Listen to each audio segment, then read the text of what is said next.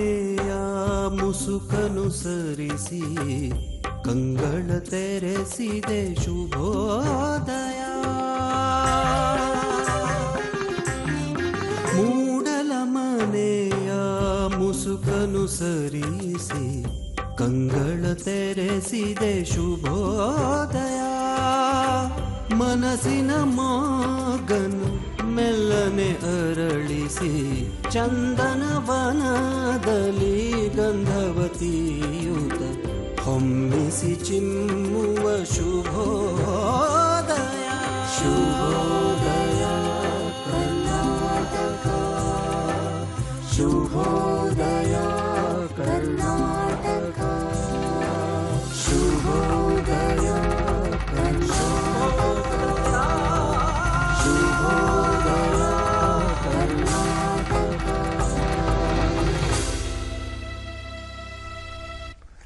ನಮಸ್ಕಾರ ವೀಕ್ಷಕರೇ, ಶುಭೋದಯ ಕರ್ನಾಟಕ 2ನೇ ಆವೃತ್ತಿಗೆ ಪ್ರೀತಿಯ ಸ್ವಾಗತ. ವೀಕ್ಷಕರೇ, ವರ್ಷಾಂತ್ಯಕ್ಕೆ ಬರ್ತಾ ಇದ್ವಿ. ವರ್ಷಾಂತ್ಯ ಬಂತು ಅಂತ ಹೇಳಿದ್ರೆ ಸಾಲು ಸಾಲು ರಜೆಗಳು, ಹೊಸ ವರ್ಷ, ಹಬ್ಬ ಹರಿದಿನಗಳು ಬಂದರೆ ನಾವೆಲ್ಲ ಸಾಮಾನ್ಯ ನಾಗರಿಕರು ರಜಾ ತಗೋತೀವಿ. ಆದರೆ ಈ ವೃತ್ತಿಯಲ್ಲಿರೋರಿಗೆ ರಜಾ ಬಂತು ಅಂತ ಹೇಳಿದ್ರೆ ಕೆಲಸ ಜಾಸ್ತಿ. ಹಬ್ಬ ಹರಿದಿನಗಳಾಗ್ಬೋದು, ವಿಶೇಷ ಗಣ್ಯ ವ್ಯಕ್ತಿಗಳು ಬಂದಾಗ್ಬೋದು, ಹೆಚ್ಚಿನ ಸಮಯ ಯಾವುದೇ ಪಾಳಿ ಇಲ್ಲದಲೇ ಕೆಲಸ ಮಾಡುವಂಥವ್ರು. ದೇಶದ ಗಡಿಯಲ್ಲಿ ಸೈನಿಕರು ನಮ್ಮನ್ನು ಕಾಯ್ತಾ ಸುರಕ್ಷಿತವಾಗಿಟ್ಟಿದ್ರೆ ದೇಶದ ಒಳಗೆ ನಮ್ಮನ್ನು ಸುರಕ್ಷಿತವಾಗಿಡುವಂಥವ್ರು ಇವರು. ಬನ್ನಿ ಇವತ್ತಿನ ಕಾರ್ಯಕ್ರಮಕ್ಕೆ ಸ್ವಾಗತಿಸೋಣ. ಹಾಗೆ ಇನ್ನೊಂದು ವಿಶೇಷ ಹೇಳಬೇಕು, ಇವರು ಆರಕ್ಷಕ ವೃತ್ತಿಯಲ್ಲಿ ಇದ್ದರೂ ಕೂಡ ಸಾಹಿತ್ಯದ ಬಗ್ಗೆ, ಸಂಗೀತದ ಬಗ್ಗೆ ಬಹಳಷ್ಟು ಒಲವಿಟ್ಟುಕೊಂಡು ಅನೇಕ ಪುಸ್ತಕಗಳನ್ನು ರಚಿಸಿದ್ದಾರೆ, ಅನೇಕ ಹಾಡುಗಳನ್ನು ಹೊರತಂದಿದ್ದಾರೆ. ಬನ್ನಿ ಕಾರ್ಯಕ್ರಮಕ್ಕೆ ಸ್ವಾಗತಿಸೋಣ ಆರಕ್ಷಕರು ಹಾಗೂ ಸಾಹಿತಿಗಳು ಆನಂದ್ ದೊಡ್ಡಕುರುಬರ. ನಮಸ್ಕಾರ, ಕಾರ್ಯಕ್ರಮಕ್ಕೆ ಸ್ವಾಗತ. ಸರ್, ನಿಮ್ಮ ಜೊತೆ ಮಾತುಕತೆಯನ್ನು ಆರಂಭಿಸೋದಕ್ಕಿಂತ ಮುಂಚೆ ಇವತ್ತಿನ ಒಂದೊಳ್ಳೆ ಮಾತನ್ನು ನೋಡ್ಕೊಂಬರೋಣ. ವೀಕ್ಷಕರೇ, ಇವತ್ತಿನ ಒಂದೊಳ್ಳೆ ಮಾತು: ಸಹನೆ ಇದ್ದರೆ ಸಾಕು, ಬಹಳ ಭಾಗ್ಯಗಳುಂಟು. ಗಹನ ವಿದ್ಯೆಯು ಸತ್ಯ, ತಾಳ್ಮೆಯ ಪಾಠ.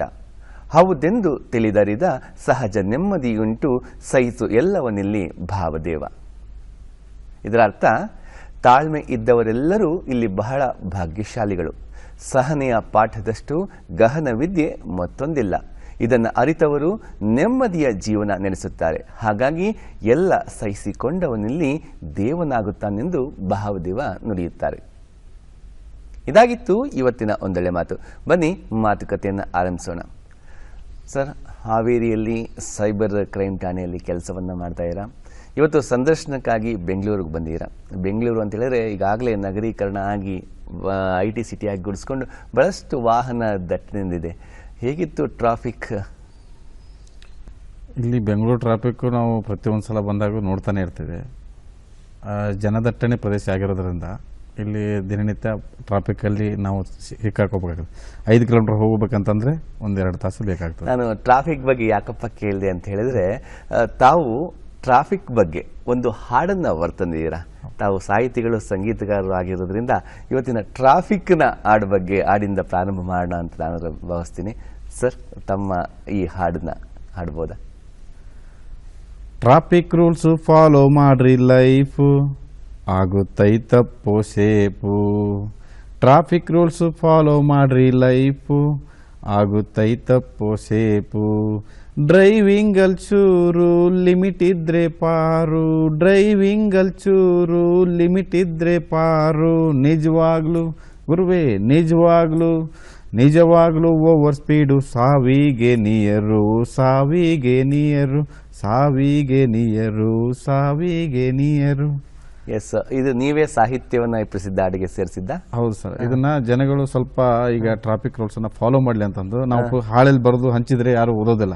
ಹಾಗಾಗಿ ಸ್ವಲ್ಪ ಹಾಡು ರೂಪದಲ್ಲಿ ಬರೆದು ಜನಗಳಿಗೆ ಒಂದು ಜಾಗೃತಿಯನ್ನು ಮೂಡಿಸ್ತಕ್ಕಂಥ ಕೆಲಸವನ್ನು ಟ್ರಾಫಿಕ್ ಬಗ್ಗೆ, ಸೈಬರ್ ಬಗ್ಗೆ ಸುಮಾರಷ್ಟು ಗೀತೆಗಳನ್ನು ಬರೆದಿದೆ.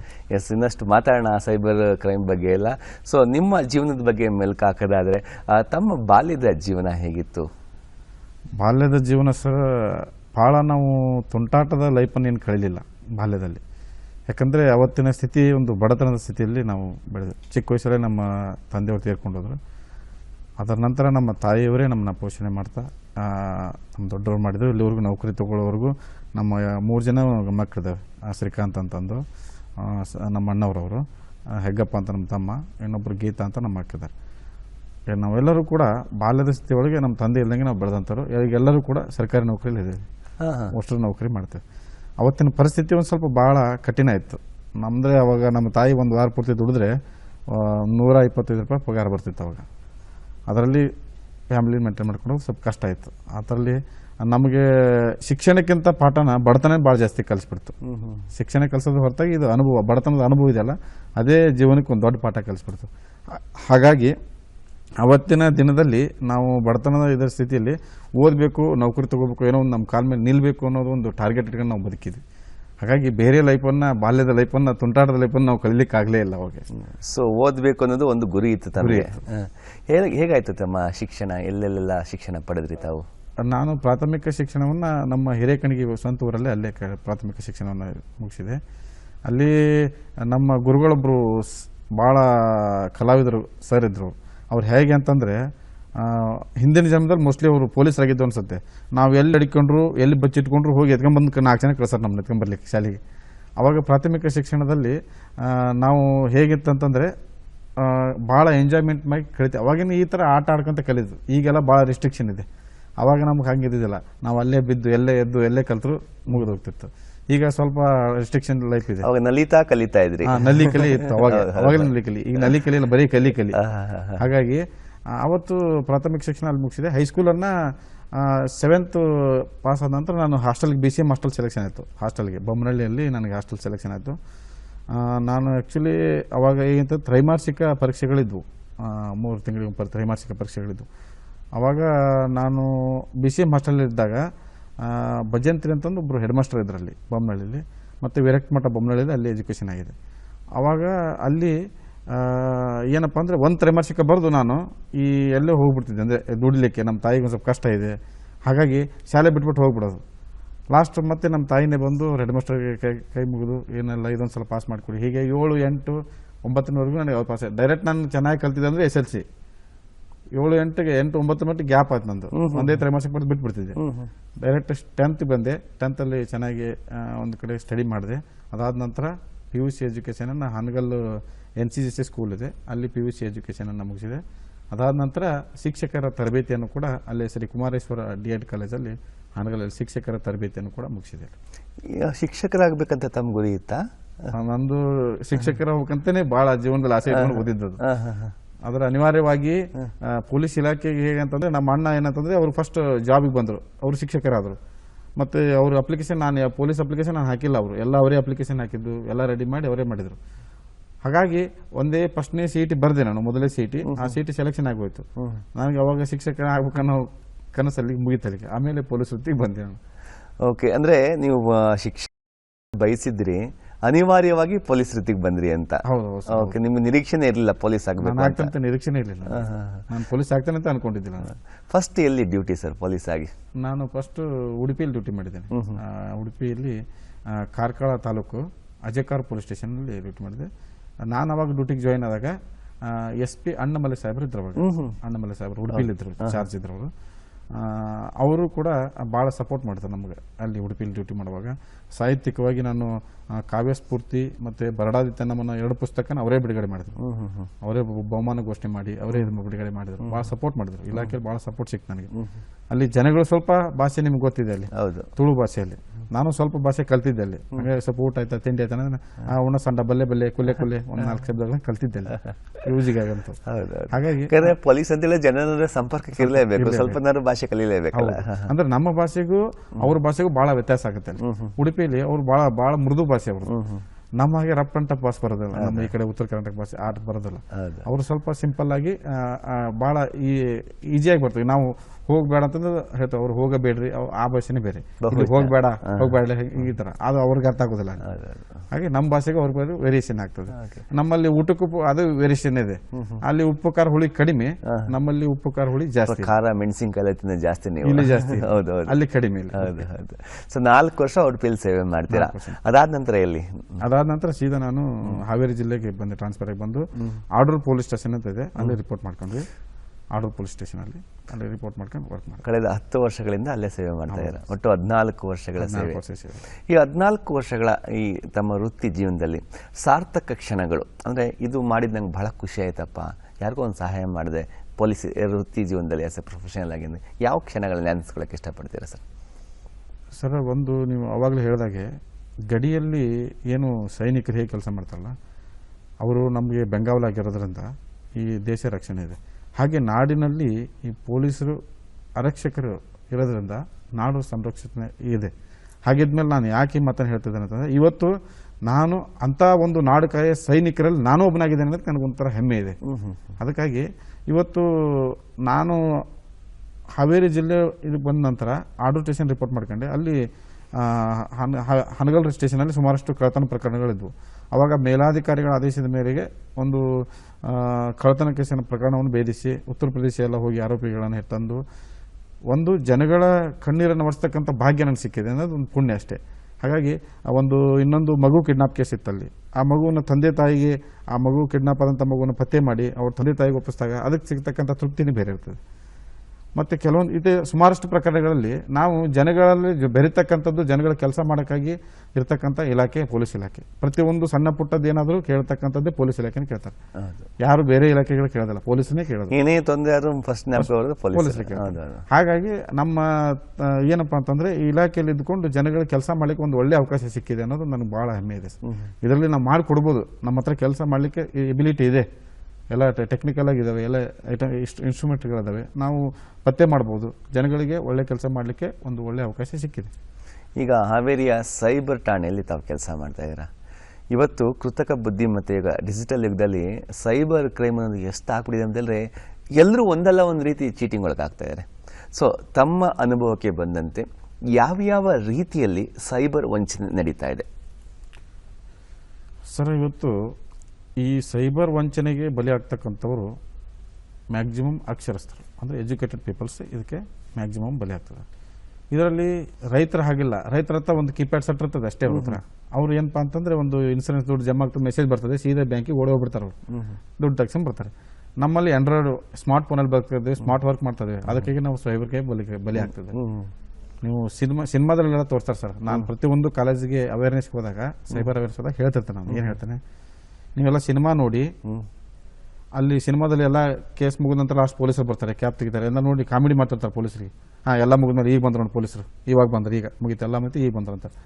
ನಾವು ನಮ್ಮ ಸ್ಟೇಷನ್ ಬಂದಾಗ ಅಥವಾ ಈಗ ಬಂದಾಗ ನಾನು ಹೇಳ್ತಿರ್ತೇನೆ, ಕೆಲವೊಂದು ಕಾಲೇಜ್ಗೆಲ್ಲ ಹೋದಾಗ ಏನು ಹೇಳ್ತಾನೆ ಅಂದರೆ, ನೀವು ದುಡ್ಡು ಕಳ್ಕೊಂಡ್ಮೇಲೆ ಪೊಲೀಸ್ ಹತ್ರ ಬರ್ತೀರಿ, ಕಳ್ಕೊಳಕ್ಕಿಂತ ಮುಂಚೆ ಯಾವ್ದಾದ್ರು ಒಬ್ಬರು ಪೊಲೀಸನ್ನು ಸಂಪರ್ಕಿಸ್ತೀರಾ, ಹಂಗಾರೆ ನೀವು ಎಲ್ಲ ಕಳ್ಕೊಂಡ್ಮೇಲೆ ನಮ್ಮ ಹತ್ರ ಬರ್ತೀರಿ. ನಾವು ಅವ್ರಿಗೆ ನಾನು ತಮಾಷೆಗೆ ಹೇಳ್ತದೆ ಅಷ್ಟೇ. ಅಂದರೆ ವಾಸ್ತವಿಕವಾಗಿ ಏನಪ್ಪಾ ಅಂದ್ರೆ, ಯಾರೋ ಒಬ್ಬರು ಹತ್ತಿರದವ್ರನ್ನ ಯಾರೋ ಸಂಪರ್ಕಿಸಿ, ತಿಳಿದಂಥವ್ರು ಸಂಪರ್ಕಿಸಿ ಈ ಥರ ದುಡ್ಡು ಕೇಳ್ತಿದ್ದಾರೆ ಆನ್ಲೈನ್. ಗೊತ್ತು ಗುರಿ ಇದ್ದವರಿಗೆ 1,000 ರೂಪಾಯಿ ಕೊಡೋಕ್ಕೆ ನಾವು ಹಿಂದೆ ಮುಂದೆ ನೋಡ್ತಕ್ಕಂಥ ಯುಗದಲ್ಲಿ ಗೊತ್ತು ಗುರಿ ಇಲ್ಲದವ್ರಿಗೆ ಲಕ್ಷಾನುಗಟ್ಟಲೆ ದುಡ್ಡು ಹಾಕ್ತಾರೆ. ಹಾಗಾಗಿ ಈ ಸೈಬರ್ ವಂಚನೆಗಳಿಗೆ ಮೇನ್ ಇಂಪಾರ್ಟೆಂಟು ಸೈಬರ್ ಕ್ರೈಮ್ ನಡೀತಿರೋದೇ ಎರಡೇ ವಿಷಯಕ್ಕೆ ಸರ್. ಒಂದು ದುಡ್ಡಿಗಾಗಿ, ಮನಿ, ಹೌದು, ದುಡ್ಡನ್ನು ನೋಡಿ. ಇನ್ನೊಂದು ಹರಾಸ್ಮೆಂಟು, ಹೌದು, ನಮ್ಗೆ ಬ್ಲ್ಯಾಕ್ ಮೇಲ್ ಮಾಡೋದು, ಈ ಥರ ಚೀಟ್ ಮಾಡೋದು. ಇದಕ್ಕೋಸ್ಕರ ಈ ನಡೀತಕ್ಕಂಥದ್ದು ಸೈಬರ್ ಕ್ರೈಮ್ಗಳು. ನಾವು ಎರಡರಿಂದ ಸ್ವಲ್ಪ ಅಲರ್ಟ್ ಆಗಿಬಿಟ್ರೆ ಈ ಸೈಬರ್ ಕ್ರೈಮ್ ಬಲಿ ಆಗೋದಿಲ್ಲ. ಹಾಗಾಗಿ ಸೈಬರ್ ಕ್ರೈಮ್ ನಡೀತಕ್ಕಂಥದ್ದು ಈಗ ಪತ್ರ ವ್ಯವಹಾರ ಮುಖಾಂತರ ನಡೆದಿಲ್ಲ, ಭಾಳ ಕಡಿಮೆ. ಹೌದು, ಈಗೇನಿದ್ರು ಡಿಜಿಟಲ್ ಪ್ರಪಂಚದಲ್ಲಿದೆ, ಮೊಬೈಲು, ಲ್ಯಾಪ್ಟಾಪು, ಕಂಪ್ಯೂಟರು, ಇದ್ರ ಮುಖಾಂತರ ನಡೀತಕ್ಕಂಥದ್ದು ಸೈಬರ್ ಕ್ರೈಮ್ಗಳು. ನಾವು ಇದನ್ನು ಸೇಫಾಗಿ ಇಟ್ಕೋಬೇಕು, ಮೊಬೈಲನ್ನೇ ಸೇಫಾಗಿ ಇಟ್ಕೋಬೇಕು ಅನ್ನೋದೇ ಇಂಪಾರ್ಟೆಂಟು. ಮೊಬೈಲಲ್ಲಿ ಬರ್ತಕ್ಕಂಥ ಸುಮಾರಷ್ಟು ಬರ್ತಿರ್ತವೆ, ನಮ್ಮ ಲೋನ್ ಆ್ಯಪ್ಗಳು, ಆಮೇಲೆ APK ಫೈಲ್ಗಳು, ಡಿಜಿಟಲ್ ಸುಮಾರಷ್ಟು ಇದಾವೆ ಸರ್. ಸೈಬರ್ ಅಂತಂದ್ರೆ ಒಂಥರ ಆಳದು. ಮುಂದೊಂದು ದಿನ ಮಕ್ಕಳು ಓದೋ ಸಿಲೆಬಸ್ ಅಲ್ಲಿ ಕೂಡ ಒಂದು ಸಿಲೆಬಸ್ ಆಗಿ ಬಂದೇ ಬರ್ತದೆ. ಸೈಬರ್ ಕ್ರೈಮ್ ಯಾವುವು ಮತ್ತು ಅದು ತಡೆಗಟ್ಟುವುದು ಹೇಗೆ ವಿವರಿಸಿ 10 ಅಂಕಗಳಿಗೆ ಇದು ಬರ್ತದೆ. ಆ ರೀತಿಯಾಗಿ ಇನ್ನೊಂದು ಕಾಲಘಟ್ಟ ಬಹಳ ದೂರ ಇಲ್ಲ ಸರ್, ಬಂದೇ ಬರ್ತದೆ, 100% ಬರ್ತದೆ. ಸೊ ಈ ಸೈಬರ್ ಕ್ರೈಮ್ ಅಲ್ಲಿ ಇತ್ತೀಚೆಗೆ ಅಂದ್ರೆ ಬಹಳ ವರ್ಷಗಳಿಂದ ಒಂದು ಟ್ರೆಂಡ್, ನಂದು UPI ವರ್ಕ್ ಆಗ್ತಾ ಇಲ್ಲ, ಒಂದು ಸ್ವಲ್ಪ ಒಂದು 50,000 ಇದ್ರೆ ಕಳಿಸು, ಒಂದು 500 ರೂಪಾಯಿ ಇದ್ರೆ ಕಳಿಸು, 5,000 ರೂಪಾಯಿ ಇದ್ರೆ ಕಳಿಸು, ಅಂದರೆ ಒಂದು ಆವರೇಜಲ್ಲಿ ಕೇಳುವಂಥದ್ದು. ಫೇಸ್ಬುಕ್ಕಲ್ಲಿ ಮೆಸೇಜ್ ಮಾಡೋದು. ಸೊ ಈ ಥರ ಉಂಟು. ಅಂದರೆ ನಮಗೆ ಗೊತ್ತಿರೋ ನಂಬರಿಂದಲೇ ಈ ಥರ ಮೆಸೇಜ್ ಬರುತ್ತೆ. ಅವಾಗ ನಮ್ಮ ಸ್ನೇಹಿತನ ಕಷ್ಟದಲ್ಲಿದ್ದಾನೆ ಅಂತೇಳಿ ನಾವು ಕಳಿಸೋಂಥ ಪ್ರಯತ್ನ ಮಾಡ್ತೀವಿ. ಇದು ಹೇಗೆ ಸರ್, ನಿಜನಾ ಅದು, ಅಥವಾ ಇದ್ರ ಬಗ್ಗೆ ಏನು ಹೇಳ್ತೀರಾ, ಈ ಒಂದು ಫ್ರಾಡ್ ಮೆಸೇಜ್ಗಳ ಬಗ್ಗೆ? ಸರ್, ಇದು ಏನಪ್ಪ ಅಂದರೆ, ಈಗ ಫೇಸ್ಬುಕ್ಕಲ್ಲಿ ನಿಮಗೆ ಇಷ್ಟು ಫ್ರೆಂಡ್ಸ್ ಅಂತ ಇರ್ತಾರೆ. ನಾನು ಪ್ರತಿಯೊಂದು ಸಲ ಹೇಳ್ತಿರ್ತೀನಿ ಏನಂತಂದರೆ, ಫೇಸ್ಬುಕ್ಕಲ್ಲಿ ನಿಮಗೆ ಪರಿಚಿತವಾಗಿರ್ತಕ್ಕಂಥ ಫ್ರೆಂಡ್ ರಿಕ್ವೆಸ್ಟ್ ಬಂದರೆ ಮಾತ್ರ ನೀವು ಅವ್ರ ಫ್ರೆಂಡ್ ಮಾಡಿಕೊಡ್ರಿ. ಅನದರ್ ಪರ್ಸನ್ ಯಾರ್ದು ಕೂಡ ನೀವು ಫ್ರೆಂಡ್ ರಿಕ್ವೆಸ್ಟ್ ಅಕ್ಸೆಪ್ಟ್ ಮಾಡ್ಲಿಕ್ಕೆ ಹೋಗ್ಬೇಡಿ ಅಂತ ಹೇಳ್ತೇನೆ. ಆಮೇಲೆ ಕೆಲವೊಂದು ಏನಾಗ್ತದೆ ಅಂತಂದರೆ ಇವರು ಫ್ರೆಂಡ್ ರಿಕ್ವೆಸ್ಟ್ ಕಳಿಸಿ ಅಥವಾ ಅದರಲ್ಲಿ ಮೆಸೇಂಜರ್ ಡೈರೆಕ್ಟ್ ದುಡ್ಡು ಕೇಳ್ತಾರೆ ಫೇಸ್ಬುಕ್ಕಲ್ಲಿ. ನೀವು ಹೇಳಿದ ಅರ್ಥ ಏನಂತಂದರೆ ಈಗ ದುಡ್ಡು ಕೇಳೋದು. ಹೌದು. ಯಾರಾದರೂ ನೀವು ಪರಿಚಿತರಿದ್ದರೆ ಅಂತಂದರೆ ಒಂದು ಫೋನ್ ಮಾಡಿ ದುಡ್ಡು ಕೇಳ್ತಾರೆ. ಹೌದು. ಎಲ್ಲ ಜನ ತಿಳ್ಕೊಬೇಕಾಗಿದೆ. ಇಷ್ಟೇ ವಿಷಯ ಸಿಂಪಲ್ ಇದೆ ಸರ್. ಅದು ಫೋನ್ ಮಾಡಿ ಕರೆ ಮಾಡಿ, ಇಲ್ಲ ನಾನು ಹಾಸ್ಪಿಟ್ಲ್ ಬಂತೇನೆ ಅಥವಾ ನಮ್ಮ ತಾಯಿರು ಅಡ್ಮಿಟ್ ಮಾಡಿದ್ದಾರೆ ಈ ಥರ ನಾವು ಫೋನ್ ಹಚ್ಚಿ ತಿಳ್ಕೊತೇವೆ. ಅವ್ರು ಫೋನ್ ಹಚ್ಚೋಕ್ಕಾಗೋದಿಲ್ಲ ಸರ್ ಅದರಲ್ಲಿ. ಯಾಕೆ ಹೇಳ್ರಿ, ಅವ್ರು ಭಾಳ ಅಂದ್ರೆ ನಮ್ಮ ಫೇಸ್ಬುಕ್ಕನ್ನು ಹ್ಯಾಕ್ ಮಾಡ್ಬೋದು, ನಮ್ಮ ವಾಟ್ಸಪ್ಪನ್ನು ಹ್ಯಾಕ್ ಮಾಡ್ಬೋದು. ಅದರ ನಂಬರ್ನ ಹ್ಯಾಕ್ ಮಾಡ್ಲಿಕ್ಕೆ ಆಗೋದಿಲ್ಲ, ನಮ್ಮ ನಂಬರ್ಲೆ ಕಾಲ್ ಮಾಡ್ಲಿಕ್ಕೆ ಆಗೋದಿಲ್ಲ. ಸಿಂಪಲ್ಲಾಗಿ ತಿಳ್ಕೊಬೇಕು. ಅವರು ಡೈರೆಕ್ಟಾಗಿ ಮೆಸೇಜಲ್ಲೇ ದುಡ್ಡು ಕೇಳ್ತಿದ್ದಾರಪ್ಪ ಅಂತಂದರೆ ಇವರು ಫ್ರಾಡರ್ಸ್ ಅಂತ ಅನ್ಕೊಂಬಿಡೋದು. ಈ ಥರ ಇದೇ ಒಂಥರ ಕೇಸು ಆಗಿತ್ತು. ನಾವು ಎಲ್ಲಿ ಹೋಗಿದ್ದೆ, ರಾಜಸ್ಥಾನ ಹತ್ರ ಭರತ್ಪುರ ಅಂತ ಇದೆ. ಆ ಭರತ್ಪುರದಲ್ಲಿ ಇಡೀ ಒಂದು ಆ ಏರಿಯಾ ಇದೆಯಲ್ಲ, ಆ ಇಡೀ ಊರೇ ಫೇಸ್ಬುಕ್ ಫ್ರಾಡ್ ಮಾಡೋಂಥ ಊರೇ ಅದು. ನಾವು ಒಂದು ಅಡ್ರೆಸ್ ಕೇಳಕ್ಕೆ ಹೋದ್ರೆ ಸರ್ ಹಂಗೆ ಕಾಮನ್ ಆಗಿ ಏನು ಕೇಳಲಿಕ್ಕೆ ಹೋಗ್ಬೇಡಿ, ಇಡೀ ಊರೇ ಆ ಥರ ಇದೆ, ತೆಲಿಕೆಸ್ಬಿಡಿ ಅಂದ್ರೆ ಇಡೀ ಊರೇ ಫ್ರಾಡರ್ಸ್. ಫೇಸ್ಬುಕ್ ಇದು ಈ ಥರ ಫ್ರಾಡ್ ಮಾಡೋದು, ಮೆಸೇಜ್ ದುಡ್ಡು ಕೇಳೋದು, ಫ್ರೆಂಡ್ ರಿಕ್ವೆಸ್ಟ್ ಕಳಿಸೋದು, ದುಡ್ಡು ಕೇಳೋದು ಈ ಥರ. ಸೊ ಈಗ ಹ್ಯಾಕ್ ಮಾಡ್ತಾರೆ ಅಂತ ಹೇಳಿದ್ರಿ, ನಾವು ನಮ್ಮ ಮೊಬೈಲ್ ಅಥವಾ ವಾಟ್ಸಪ್ ನಂಬರ್ ಹ್ಯಾಕ್ ಆಗದೆ ರೀತಿಯಲ್ಲಿ ಹೇಗೆ ನಾವು ಅದನ್ನ ಪ್ರೊಟೆಕ್ಟ್ ಮಾಡೋದು ಸರ್? ಸರ್ ಇದರೊಳಗೆ *#667# ನಂಬರ್ ಡೈಲ್ ಮಾಡಿದಾಗ, *#667# ಡೈಲ್ ಮಾಡಿದ್ರೆ ನಮ್ಮ ಮೊಬೈಲ್ ಹ್ಯಾಕ್ ಆಗಿದ್ದಿಲ್ಲ ಅಂತಂದು ನಾವು ಕಂಡುಹಿಡಿಬೋದು. ಅದರಲ್ಲಿ voice message, call forwarded, not forwarded ಬಂತಂದರೆ ನಮ್ಮ ಮೊಬೈಲ್ ಹ್ಯಾಕ್ ಆಗಿಲ್ಲ ಅಂತ ನಾವು ಕನ್ಫರ್ಮೇಷನ್. ಫಾರ್ವರ್ಡೆಡ್ ಬಂತಂತಂದರೆ ಹ್ಯಾಕ್ ಆಗಿದೆ ಅಂತ ಅರ್ಥ. ಹಾಗಾಗಿ ಏನಪ್ಪ ಅಂದರೆ ಆ ಥರ ಏನಾದರೂ ಆಗಿತ್ತಂದರೆ ಇಮಿಡಿಯೇಟಾಗಿ ನಾವು ಅದನ್ನು ಡಿಸೇಬಲ್ ನಾವೇ ಮಾಡ್ಕೋಬೋದು, ಹ್ಯಾಕ್ ಆಗಿದೆ ಅಂತ. #002# ಡೈಲ್ ಮಾಡಿದರೆ ಅದು ಇಮಿಡಿಯೇಟಾಗಿ ಯಾರಾದರೂ ಹ್ಯಾಕ್ ಮಾಡಿದ್ರೆ ಇಮಿಡಿಯೇಟಾಗಿ ಅದು ಡಿಸೇಬಲ್ ಆಗ್ತದೆ. ಈಗ ನೀವು ಫೇಸ್ಬುಕ್ ಹ್ಯಾಕ್ ಆಗುತ್ತೆ ಅಂತ ನೀವು ಹೇಳಿದ್ರಿ. ಫೇಸ್ಬುಕ್ಕಲ್ಲಿ ನಾವು ಏನು ಮಾಡಬೇಕು, ಇನ್ಸ್ಟಾಗ್ರಾಮು, ಫೇಸ್ಬುಕ್ಕು, ಆಮೇಲೆ ವಾಟ್ಸಪ್ಪಲ್ಲಿ 2 ಸ್ಟೆಪ್ ವೆರಿಫಿಕೇಷನ್ ಅಂತ ಇದು ಬರ್ತದೆ.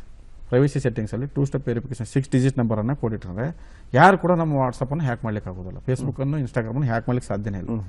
ಅವ್ರು ಭಾಳ ಅಂದರೆ ನಮ್ಮ ಫೇಸ್ಬುಕ್ ಓಪನ್ ಮಾಡಿದ ನಂತರ ಆ ನಂಬರ್ ನಮಗಷ್ಟೇ ಗೊತ್ತಿರ್ತದೆ, ಅದು ಅವ್ರಿಗೆ ಗೊತ್ತಿರೋದಿಲ್ಲ ಹ್ಯಾಕರ್ಸ್ಗೆ. ಹಾಗಾಗಿ ನಾವು ಸೆಕ್ಯೂರಿಟಿಯಾಗಿ ಇಟ್ಕೊಂಡ್ರೆ ಅದು 100% ಯಾರು ಹ್ಯಾಕ್ ಮಾಡ್ಲಿಕ್ಕೆ ಆಗೋದಿಲ್ಲ. ನಾವು ಸೆಕ್ಯೂರಿಟಿ ಫೀಚರ್ಸ್ ಇಟ್ಕೊತಾ ಇಲ್ಲ. ಈಗ ನೀವು ಪ್ರೊಫೈಲ್ ಫೋಟೋ ಇದೆ ಫೇಸ್ಬುಕ್ಕಲ್ಲಿ, ಅದನ್ನು ನಿಮ್ಮ ಫ್ರೆಂಡ್ಸ್ 300 ಜನ ಇದ್ದಾರೆ, ಅವರಷ್ಟೇ ನೋಡ್ಬೋದು. ನಾವು ಎವ್ರಿವನ್ ಇಟ್ಟರೆ ಯಾರು ಬೇಕಾದ್ರೆ ಆ ಫೋಟೋ ತಗೋಬೋದು, ಅದ್ರ ಮತ್ತೊಬ್ರು ಇನ್ನೊಂದು ಕ್ರಿಯೇಟ್ ಮಾಡ್ಕೋಬೋದು. ಹಾಗಾಗಿ ನಾವು ಸೆಕ್ಯೂರಿಟಿ ಫ್ಯೂಚರ್ ಇಟ್ಕೊಂಡ್ರೆ ಯಾವುದು ಕೂಡ ಹ್ಯಾಕ್ ಆಗೋ ಚಾನ್ಸಸ್ ಇಲ್ಲ. ಸೊ ಹಾಗಾಗಿ ನಾವು ಸೆಕ್ಯೂರಿಟಿ ಫೀಚರ್ಸ್ನ ಇಟ್ಟುಕೊಂಡು ಇದು ಮಾಡಬೇಕಂತ.